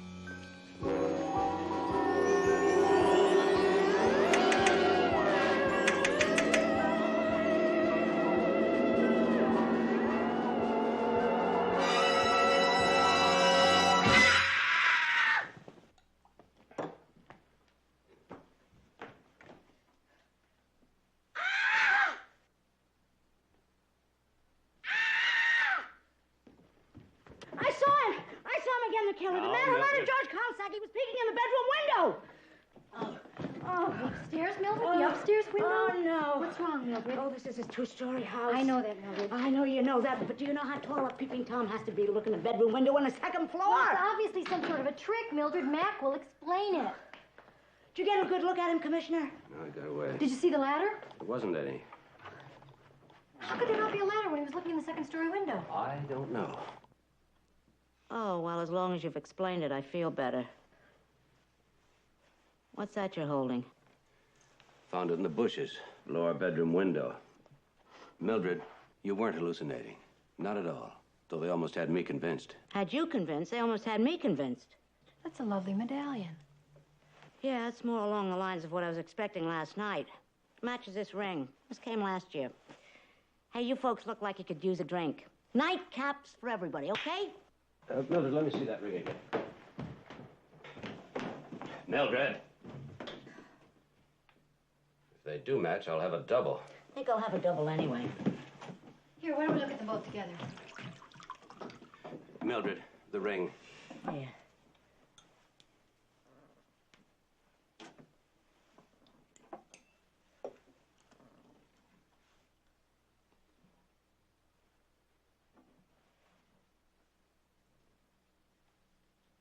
Thank you, Mildred.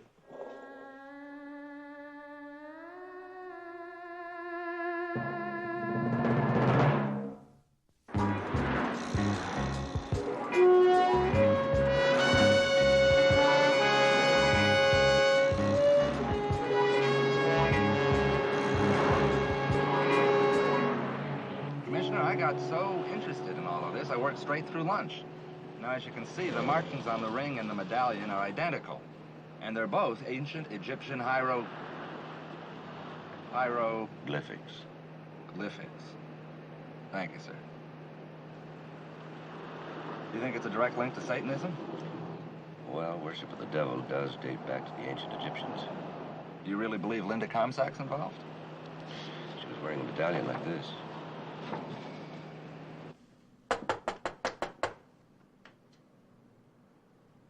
Mrs. Comstock.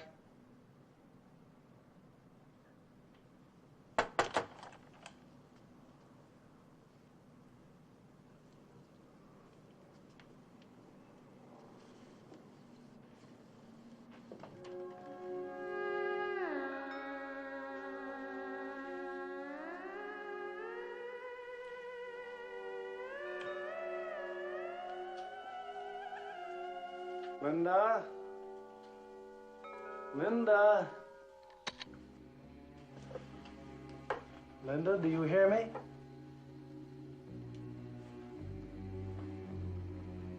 Linda, you are in the city of London, and the year is 1728. Why do they keep pushing me? Stop shoving. Let me breathe. What are they saying about me? Filthy swine. How dare they? It could be any one of them up here instead of me. I'm innocent. I found him lying dead. I did. I loved my husband. What do they care? A hanging's just another holiday, so long as it's somebody else's neck. Oh, I see. She's on her way to be hanged for the death of her husband. Apparently. Listen to the piper. Listen to him. We're almost there, aren't we? Yes. There it is. There's the scaffold. Well, it's almost over now. Oh, God, help me. Help me, God, help me, please. What's this? A carrot. And a cabbage. Cabbages and carrots?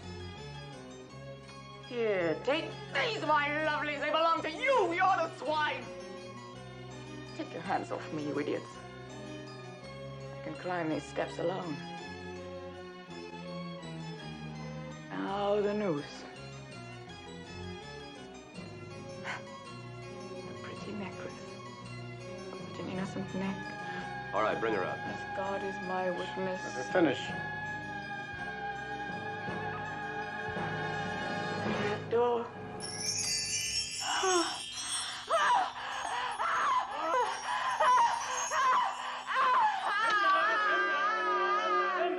Linda, you're back home. You're back home, Linda. Linda? You do this often?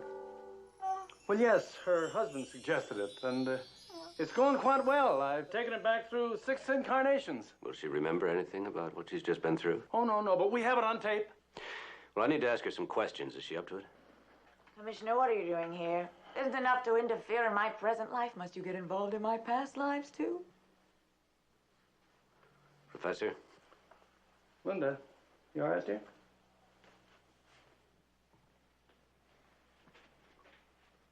I need to talk to you in my office this afternoon, Professor. Sergeant Enright will set the time. Me? Why me? Because you're the foremost authority on Satanism in this part of the world. Well, I'm quite surprised. I mean, the police commissioner being interested in Satanism, it's quite an honor. Yes. Until later. That's amazing. Truly is amazing. Tell me, when did you first find that you were interested in the occult?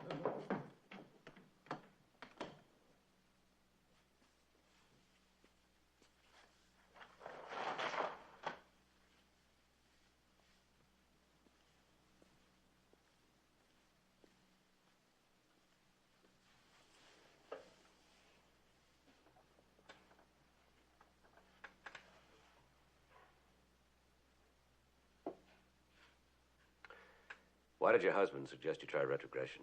He thought it might help. I'll be frank. I'm not an easy person to live with. He sensed I had other lives locked inside me. Belief in reincarnation is one of the principal tenets of Satanism, isn't it? Are you and your husband members of a coven? As I told you before, Commissioner, George and I never do anything together. What he does on his nights out is his business. As for me, I've never been a joiner. Is your husband a member? We never discussed it. But it does sound a little like old George. You were wearing a medallion the other day. Do you know where it is now? Oh, it must be around here somewhere. Where did you get it, Mrs. Comsack? George gave it to me. Why? Because it's a symbol of a coven. And if you're telling me the truth, I don't think you'll ever see it again. Oh, it's bound to be around here someplace. I'm careless. But they aren't. And I'm sure they wouldn't want your husband to be found connected with them. Have you heard from him? I told you he's on vacation. And if your wife hasn't heard from him, maybe Pam Crane's gotten a postcard. Pam Crane? Another fishing companion? That's right. Do these fishing companions bother you? Oh, you're adorable. You are. Do you actually think I'd kill George because he was having an affair? His 15th affair, or is it his 26th? If jealousy were my motive, why would I wait this long to kill him? Come on, Commissioner. Surely you've seen hundreds of murderers in your time. Look at me. Look into these laughing, loving eyes. Do you actually think I could murder someone? Especially my own husband. It happened before. It could happen again. Play the tape back. If you have the time.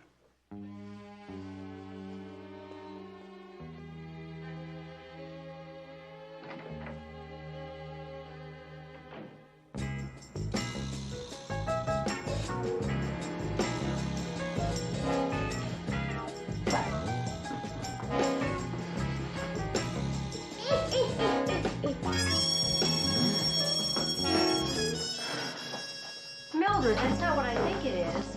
Well, Halloween comes but once a year, Mrs. McMillan. After all you've been through. Yeah, I know. 2 peeks at a killer and a probable attempt at my own life at any moment. What's that? I may hate it, but I have to face it. In this neighborhood, I am Halloween. All year long. Mildred, you just didn't want to let the kids down. You've got the biggest heart in the neighborhood. And the best legs. Yeah. How about your diet? What about it? That's right. What about it? Listen, is the commissioner really going to solve this? He's trying, Mildred. Just don't tell him about the ice cream. Yeah, right. Gotcha. Trying. Trying is not solving. And like it or not, Mrs. Crane, you are deeply involved in it. Frankly, I don't believe there was a murder. Some mix-up, perhaps. Perhaps the mix-up was between you and George Comsack. And what's that supposed to mean? I was just talking with his wife. Have you bothered asking her how she's been spending her time? At least George and I have kept our friendship behind closed doors. Nurse Comsack and Dr. Bleeker seem to have a penchant for carrying on in corridors. And to pursue the matter further, if George was murdered here, it obviously had to be arranged by someone with enough influence to make bodies disappear. An important doctor, perhaps? I'm sorry to disappoint you, Commissioner. But my argument in the corridor with Nurse Comsack was hardly a lover's quarrel. It had something to do with carelessness on her husband's part in filling a prescription. And frankly, I don't understand why any of this should concern you. Dr. Bleeker, 2 days ago, a man telephoned my wife and told her she was in great danger. He then, at the very least, disappeared. We now have a witness who swears she saw him murdered in this very hospital. Now, when I find out why he was murdered, or at least why he's missing, then I'll know why my wife is in great danger, and that's why all of this concerns me. Now, if you'll excuse me, I've got to go to the devil. As a matter of fact, belief in the supernatural has existed since the beginning of recorded history. Horned creatures have been found painted on the walls of some of our most primitive caves, which shows that the worship of the devil was man's first religion. And it's been like that from time to time, one form or another, right down to the day. You'd be surprised at the number of covens that exist right here in San Francisco. Mac? Oh, Professor asked my wife to join us. Professor Zagmeyer.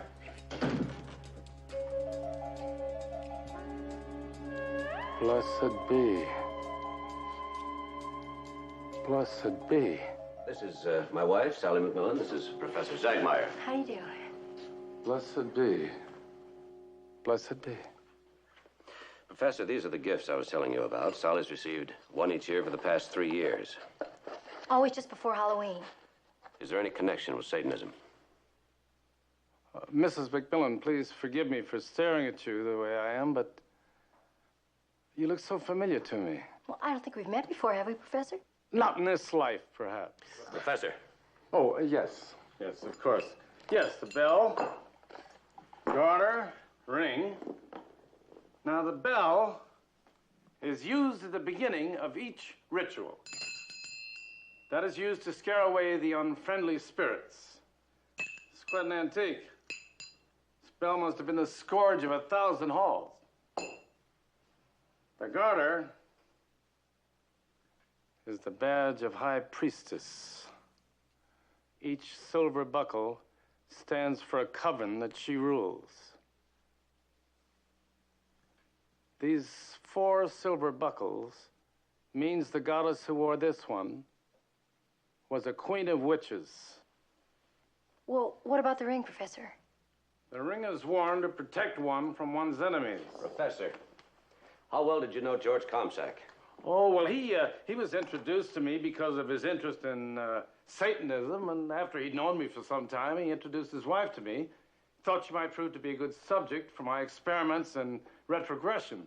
And as you saw this morning, she proved to be quite excellent. Was he a member of a coven? Of my coven? No. Oh, now, don't be surprised that I worship what I study. Scholarship is the highest token of esteem. Yes, I belong to a coven. I'm a high priest. What about Comsack's death? Is there any connection with Satanism? You mean a ritual death? Oh, no. Why not? Well, we Satanists today don't perform that ritual.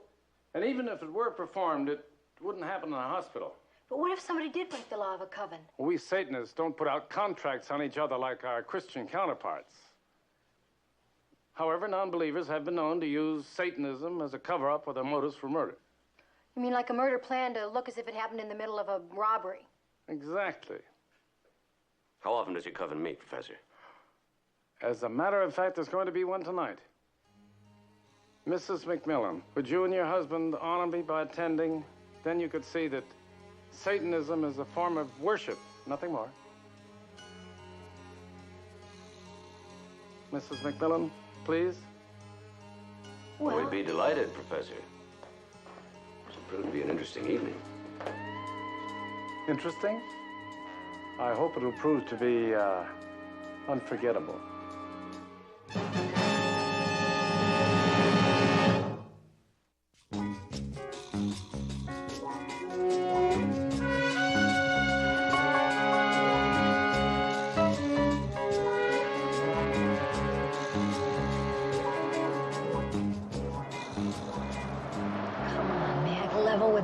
It's all a put-on, right? It is not a put-on. Well, it is not a camera. According to Simpson, it is a camera.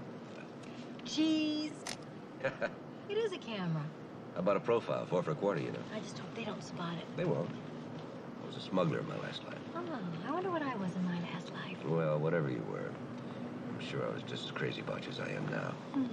How did you know that was going to be my next question? Because I'm a psychic. Well, that's good. I think it'll come in handy tonight. You don't think we're walking into a trap, do you, Mac? We've been in a trap ever since Comsack's death. I hope we learn something tonight to help get us out of it. So do I. Still wearing that ring. I know. I just feel safer with it on. Don't be frightened. Well, I'm frightened of things I can't understand. Blessed be.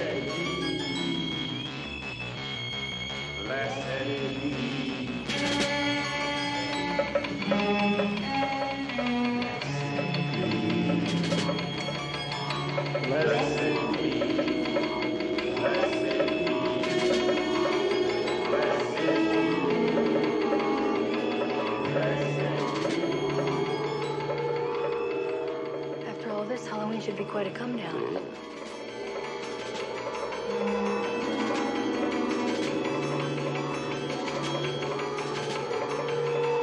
By the flame that's burning bright, O horned one, we call thy name into the night, O ancient one. Come to where the round of dance is trod, horn and hoof of goat-foot God.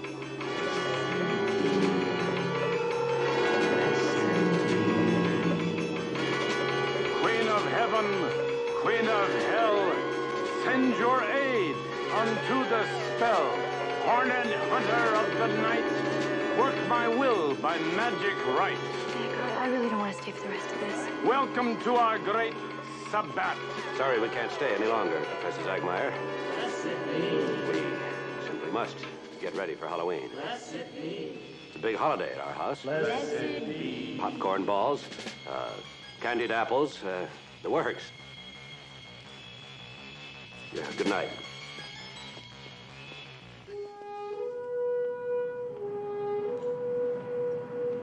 You know, Mac, they were saying exactly the same thing that Zagmeyer said when he met me today. Yeah, I noticed. Blessed be, blessed Now, be. why would they say that? I don't know. I think it every time I see you. You never say it. I just said it. What about those masks? Why would they wear those? Same reason anybody wears a mask, hide their identity. That could be it. What? Mildred said the murderer was some kind of a monster. Of course he was wearing a And mask. later he put it on a pole and put it up by our second-story That's window. how he got away so fast. Wonder where they get those masks. I don't know. Wonder where they got that ghost head. Oh. Sam Burke has a goat's head just like that in his den. He showed it to my mother and me once. And the case he was trying when he was disbarred. That's right. It was that man with a weird Yeah, name. He was being accused of murder. What was his name? Garu, Stefan Garu. That's right. And he was a Satanist.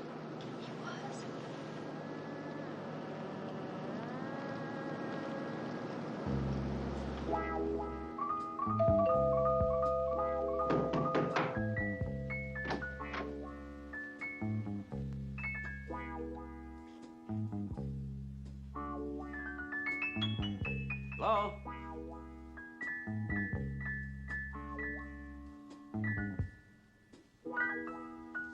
Sam? Sam? Happy Halloween, Fred. A little early, Sam.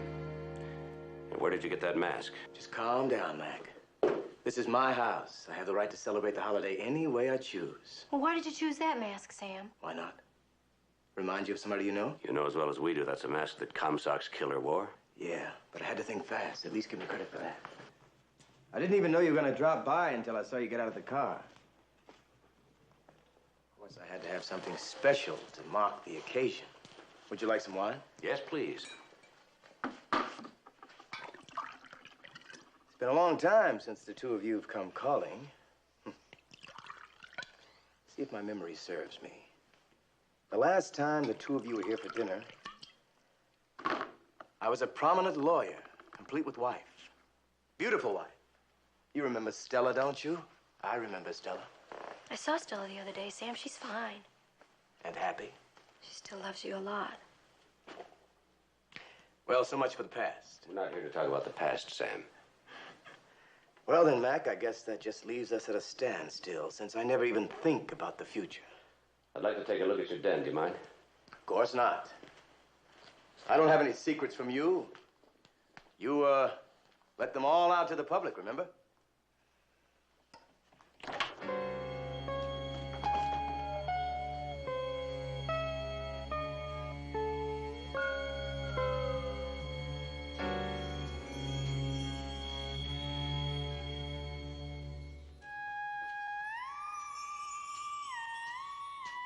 When'd you get into all this?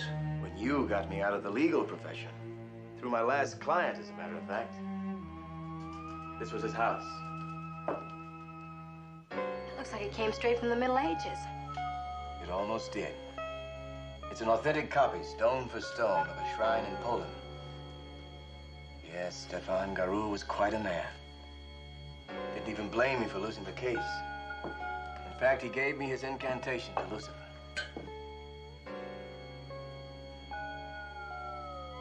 Satan, We defy your majestic evil. Sam, what do you know about Comstock's connection with Satanism? I'm afraid I'm just an amateur at all this, Mac.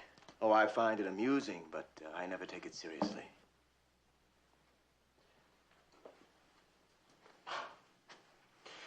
What about your friend Garou? Does he take it seriously? Yes, quite. In fact, I regret he's not here tonight. But I can show you where you can find him.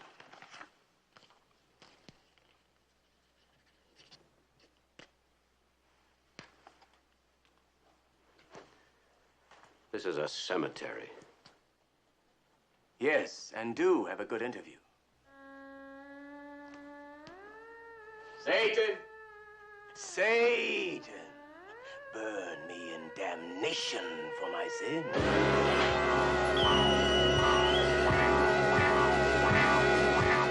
It's all fake, you know that, don't you?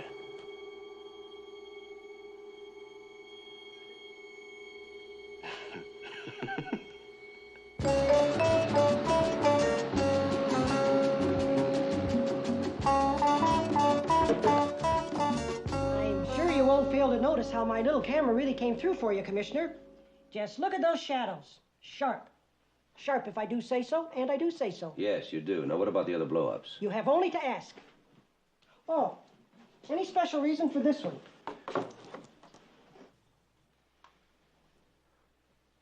Oh, well, that's just a little cheesecake.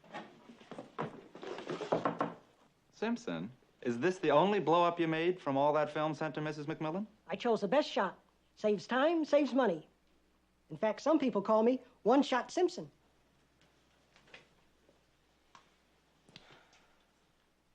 Mac, this is definitely not the place we were last night. And the man that sent you the film clip obviously belongs to a different coven. But they're all wearing the same masks. You couldn't identify anybody in this picture or the other picture.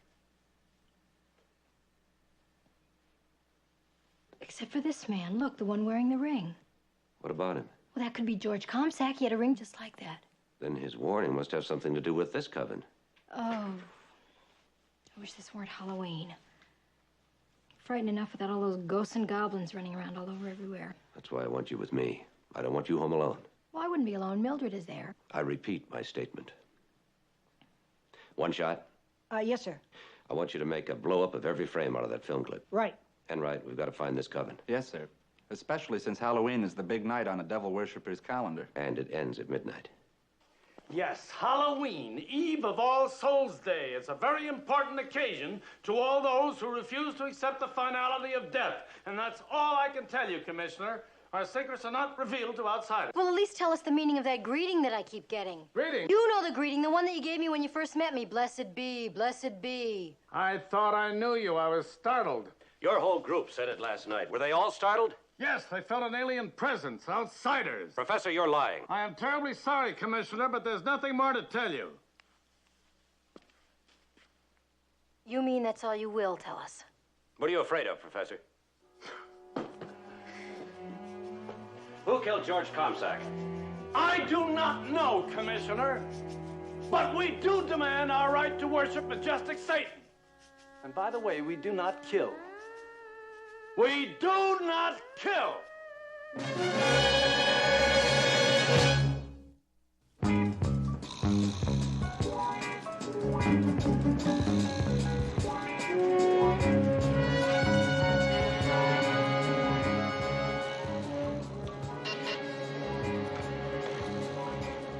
McMillan. Commissioner, I found Burke's secretary at home, but she says he didn't come to the office today, and she doesn't know where he can be reached. Well, keep looking till you find him. I want to talk to him tonight. Yes, sir. I'll put out an APB on him. Right. Ooh, I don't know why I get the feeling there's more ghosts out this year than last year. We'll be home soon.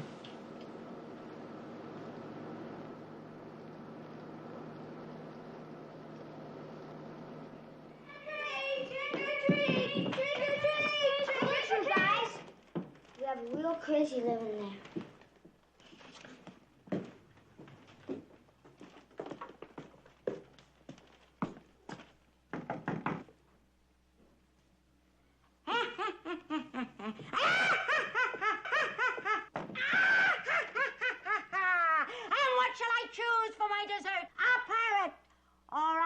me, kitten. Would you like to come and live with me, my pretty? No. Oh, well, then I think I'll choose a nice, juicy goblin.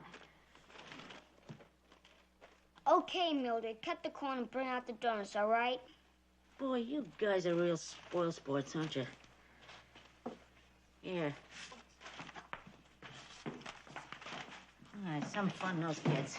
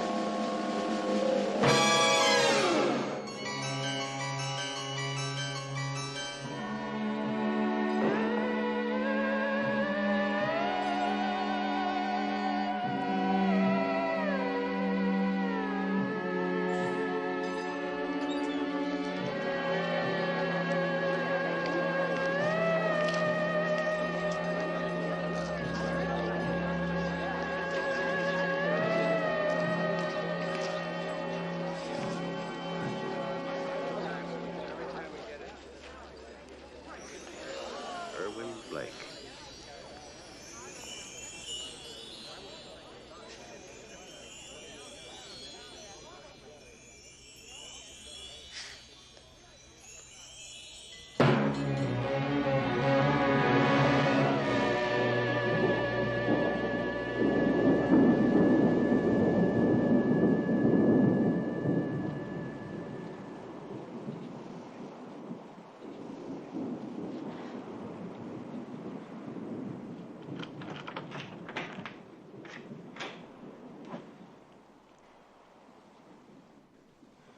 Hello?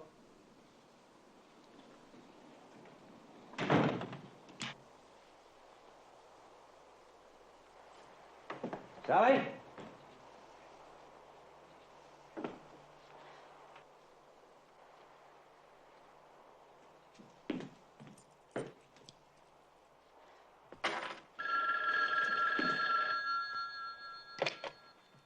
Hello? Yes, Dr. Bleeker. Oh, well, that's good news. Let me speak to my wife, will you please? I'm sorry she's already left. Yes, by taxi. Well, your housekeeper's doing so well, I didn't think there was any need for her to stay. Well, thanks for calling, Doctor. Surely.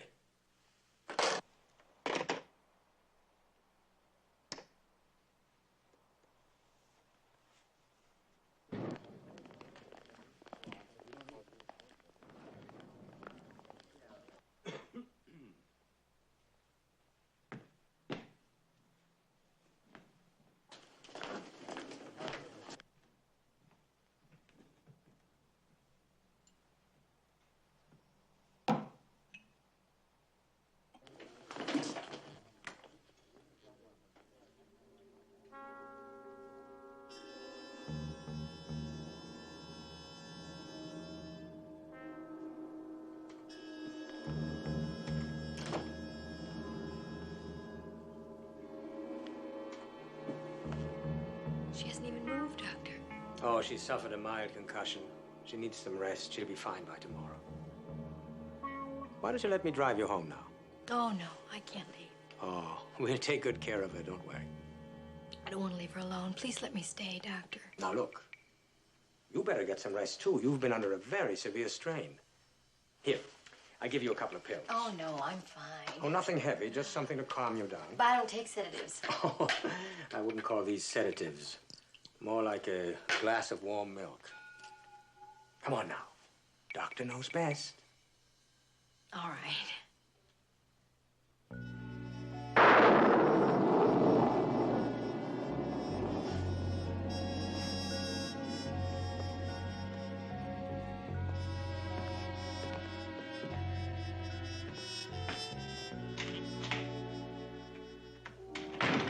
I'm worried about Mildred, sir. I hope it's not serious. Dr. Bleeker says she just has a mild concussion, so she's gonna be all right. Sally will have a full report. She should be here by now. It's been over 45 minutes. You know, it's not like Sally to leave Mildred like that. Don't worry about Mrs. McMillan, sir. She knows exactly what she's doing. Hey! In all this excitement, I almost forgot why I came here. What? I located Comsack's body. Where? In a funeral parlor. How'd you find that out? Well, you see, the hospital morgue had 4 bodies registered that day, but they shipped out 5. So I just kept on checking until I located the extra one, complete with fake papers. This is Commissioner McMillan. I want you to check all the cab companies and see if Mrs. McMillan left Century Hospital within the last 45 minutes. Mrs. Comsack made a positive identification, sir. Good work, Sergeant. I'll wait. Well, it's all in the line of duty, sir. And we finally located Burke. He'll be at home tonight if you want to talk to him. Thank you. I said I'll wait.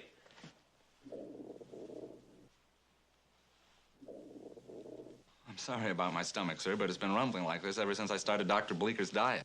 You should eat more. Have you had your dinner? You bet. I wouldn't dare miss a meal on this diet. You'd die. Actually, tonight's was pretty good. A giant sunflower seed salad. Ugh. Well, that's what the pharaohs used to eat, you know. No wonder King Tut died when he's 18. You know, if there's anything I hate is being held on hold. Yes, sir. You know, Dr. Bleeker goes back centuries for all of his recipes. You know so much about it, you almost think he lived in those times. Well, maybe he did. Or thinks he did.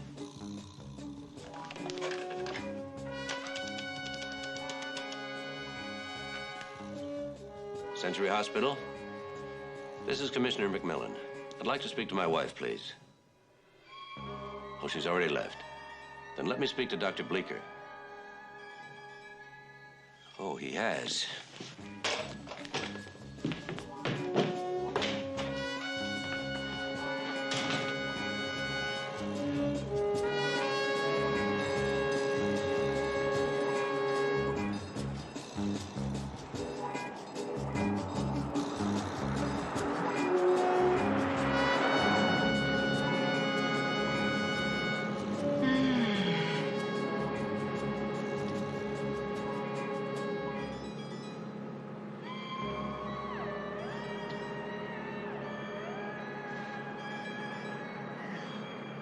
This is so nice, Doctor. So nice of you to drive me home. It's right on my way, Sally. It's so sweet. Just like warm milk.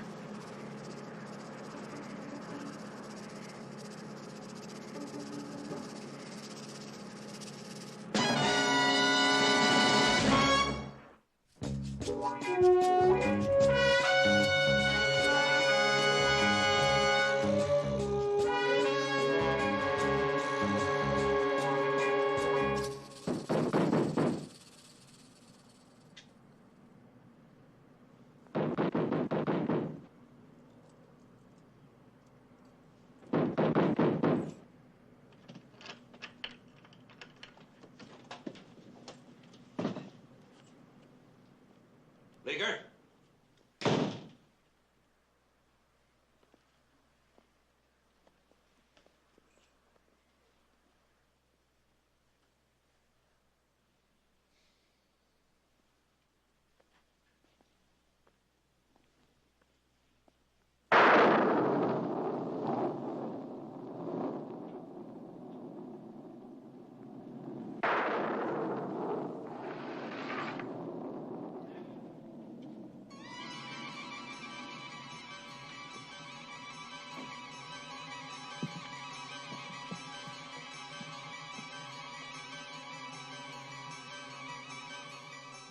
Remind you of anybody you know? I could swear it was Mrs. McMillan, sir.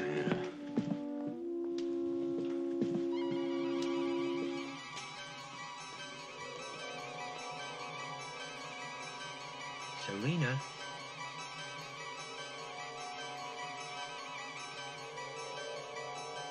Serena? Serena? Serena? Serena? Serena, I have tried to make you realize who you are. For 3 years. But you kept ignoring my little gifts. You may have another name in this incarnation, but you'll always be the goddess Serena.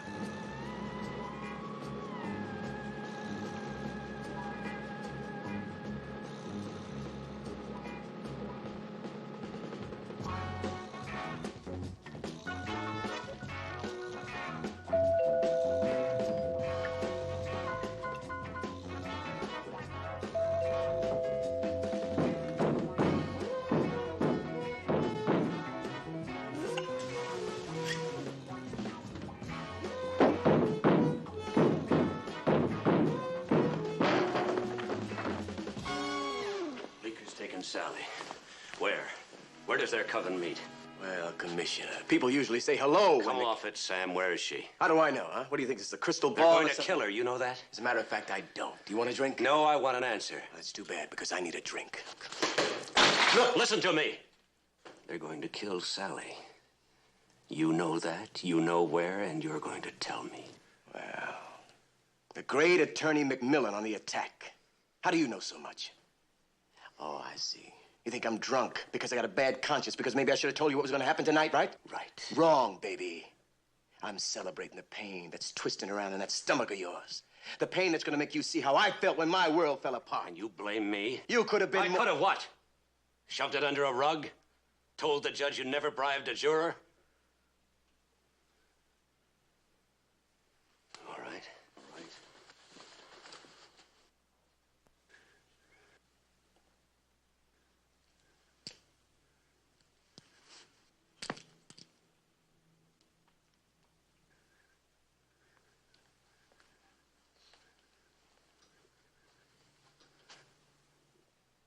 Shoot. But at least have the guts to kill me, not Sally. And after you've killed me, have the decency to tell him where they've taken her.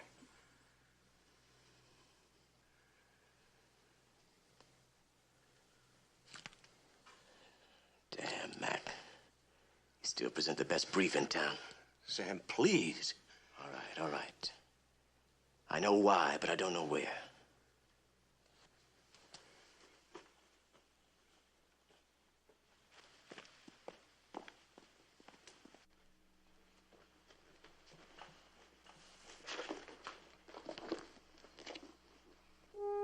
goddess Serena?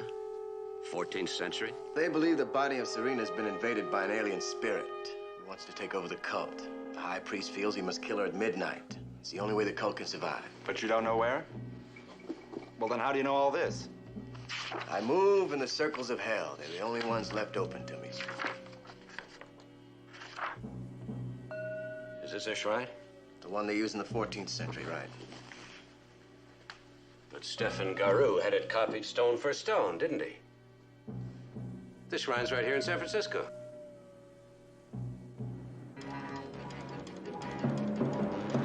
I'd hoped the ringing of the bell would awaken you. The garter was, of course, to remind you of your deity.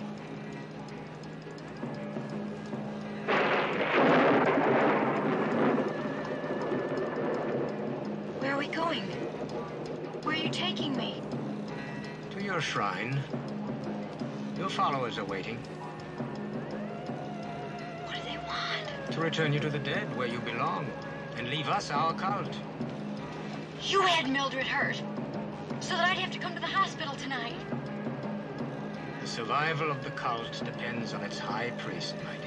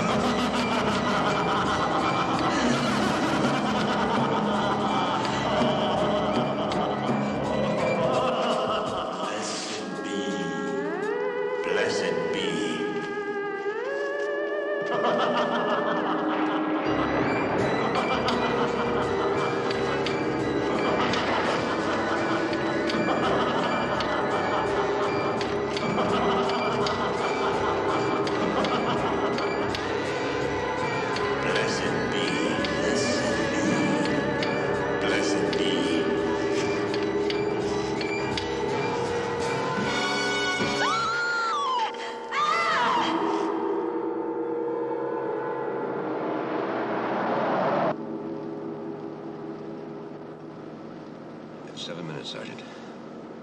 7 minutes until midnight. We'll make it, sir.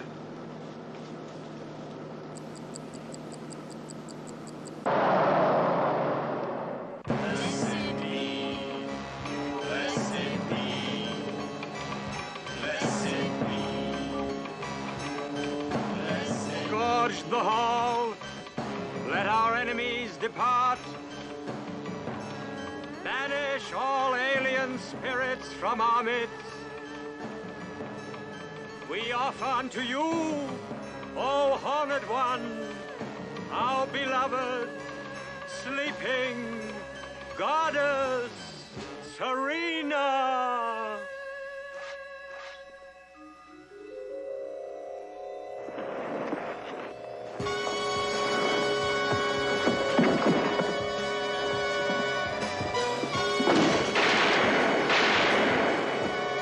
All right, get him out of here.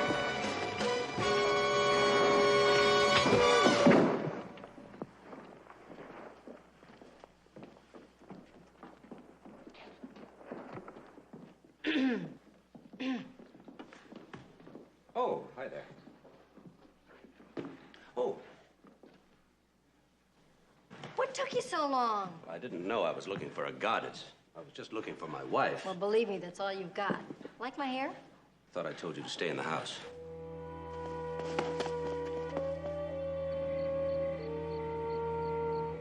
How can I enjoy it? Mildred, you didn't miss anything. It was just an everyday, ordinary Halloween.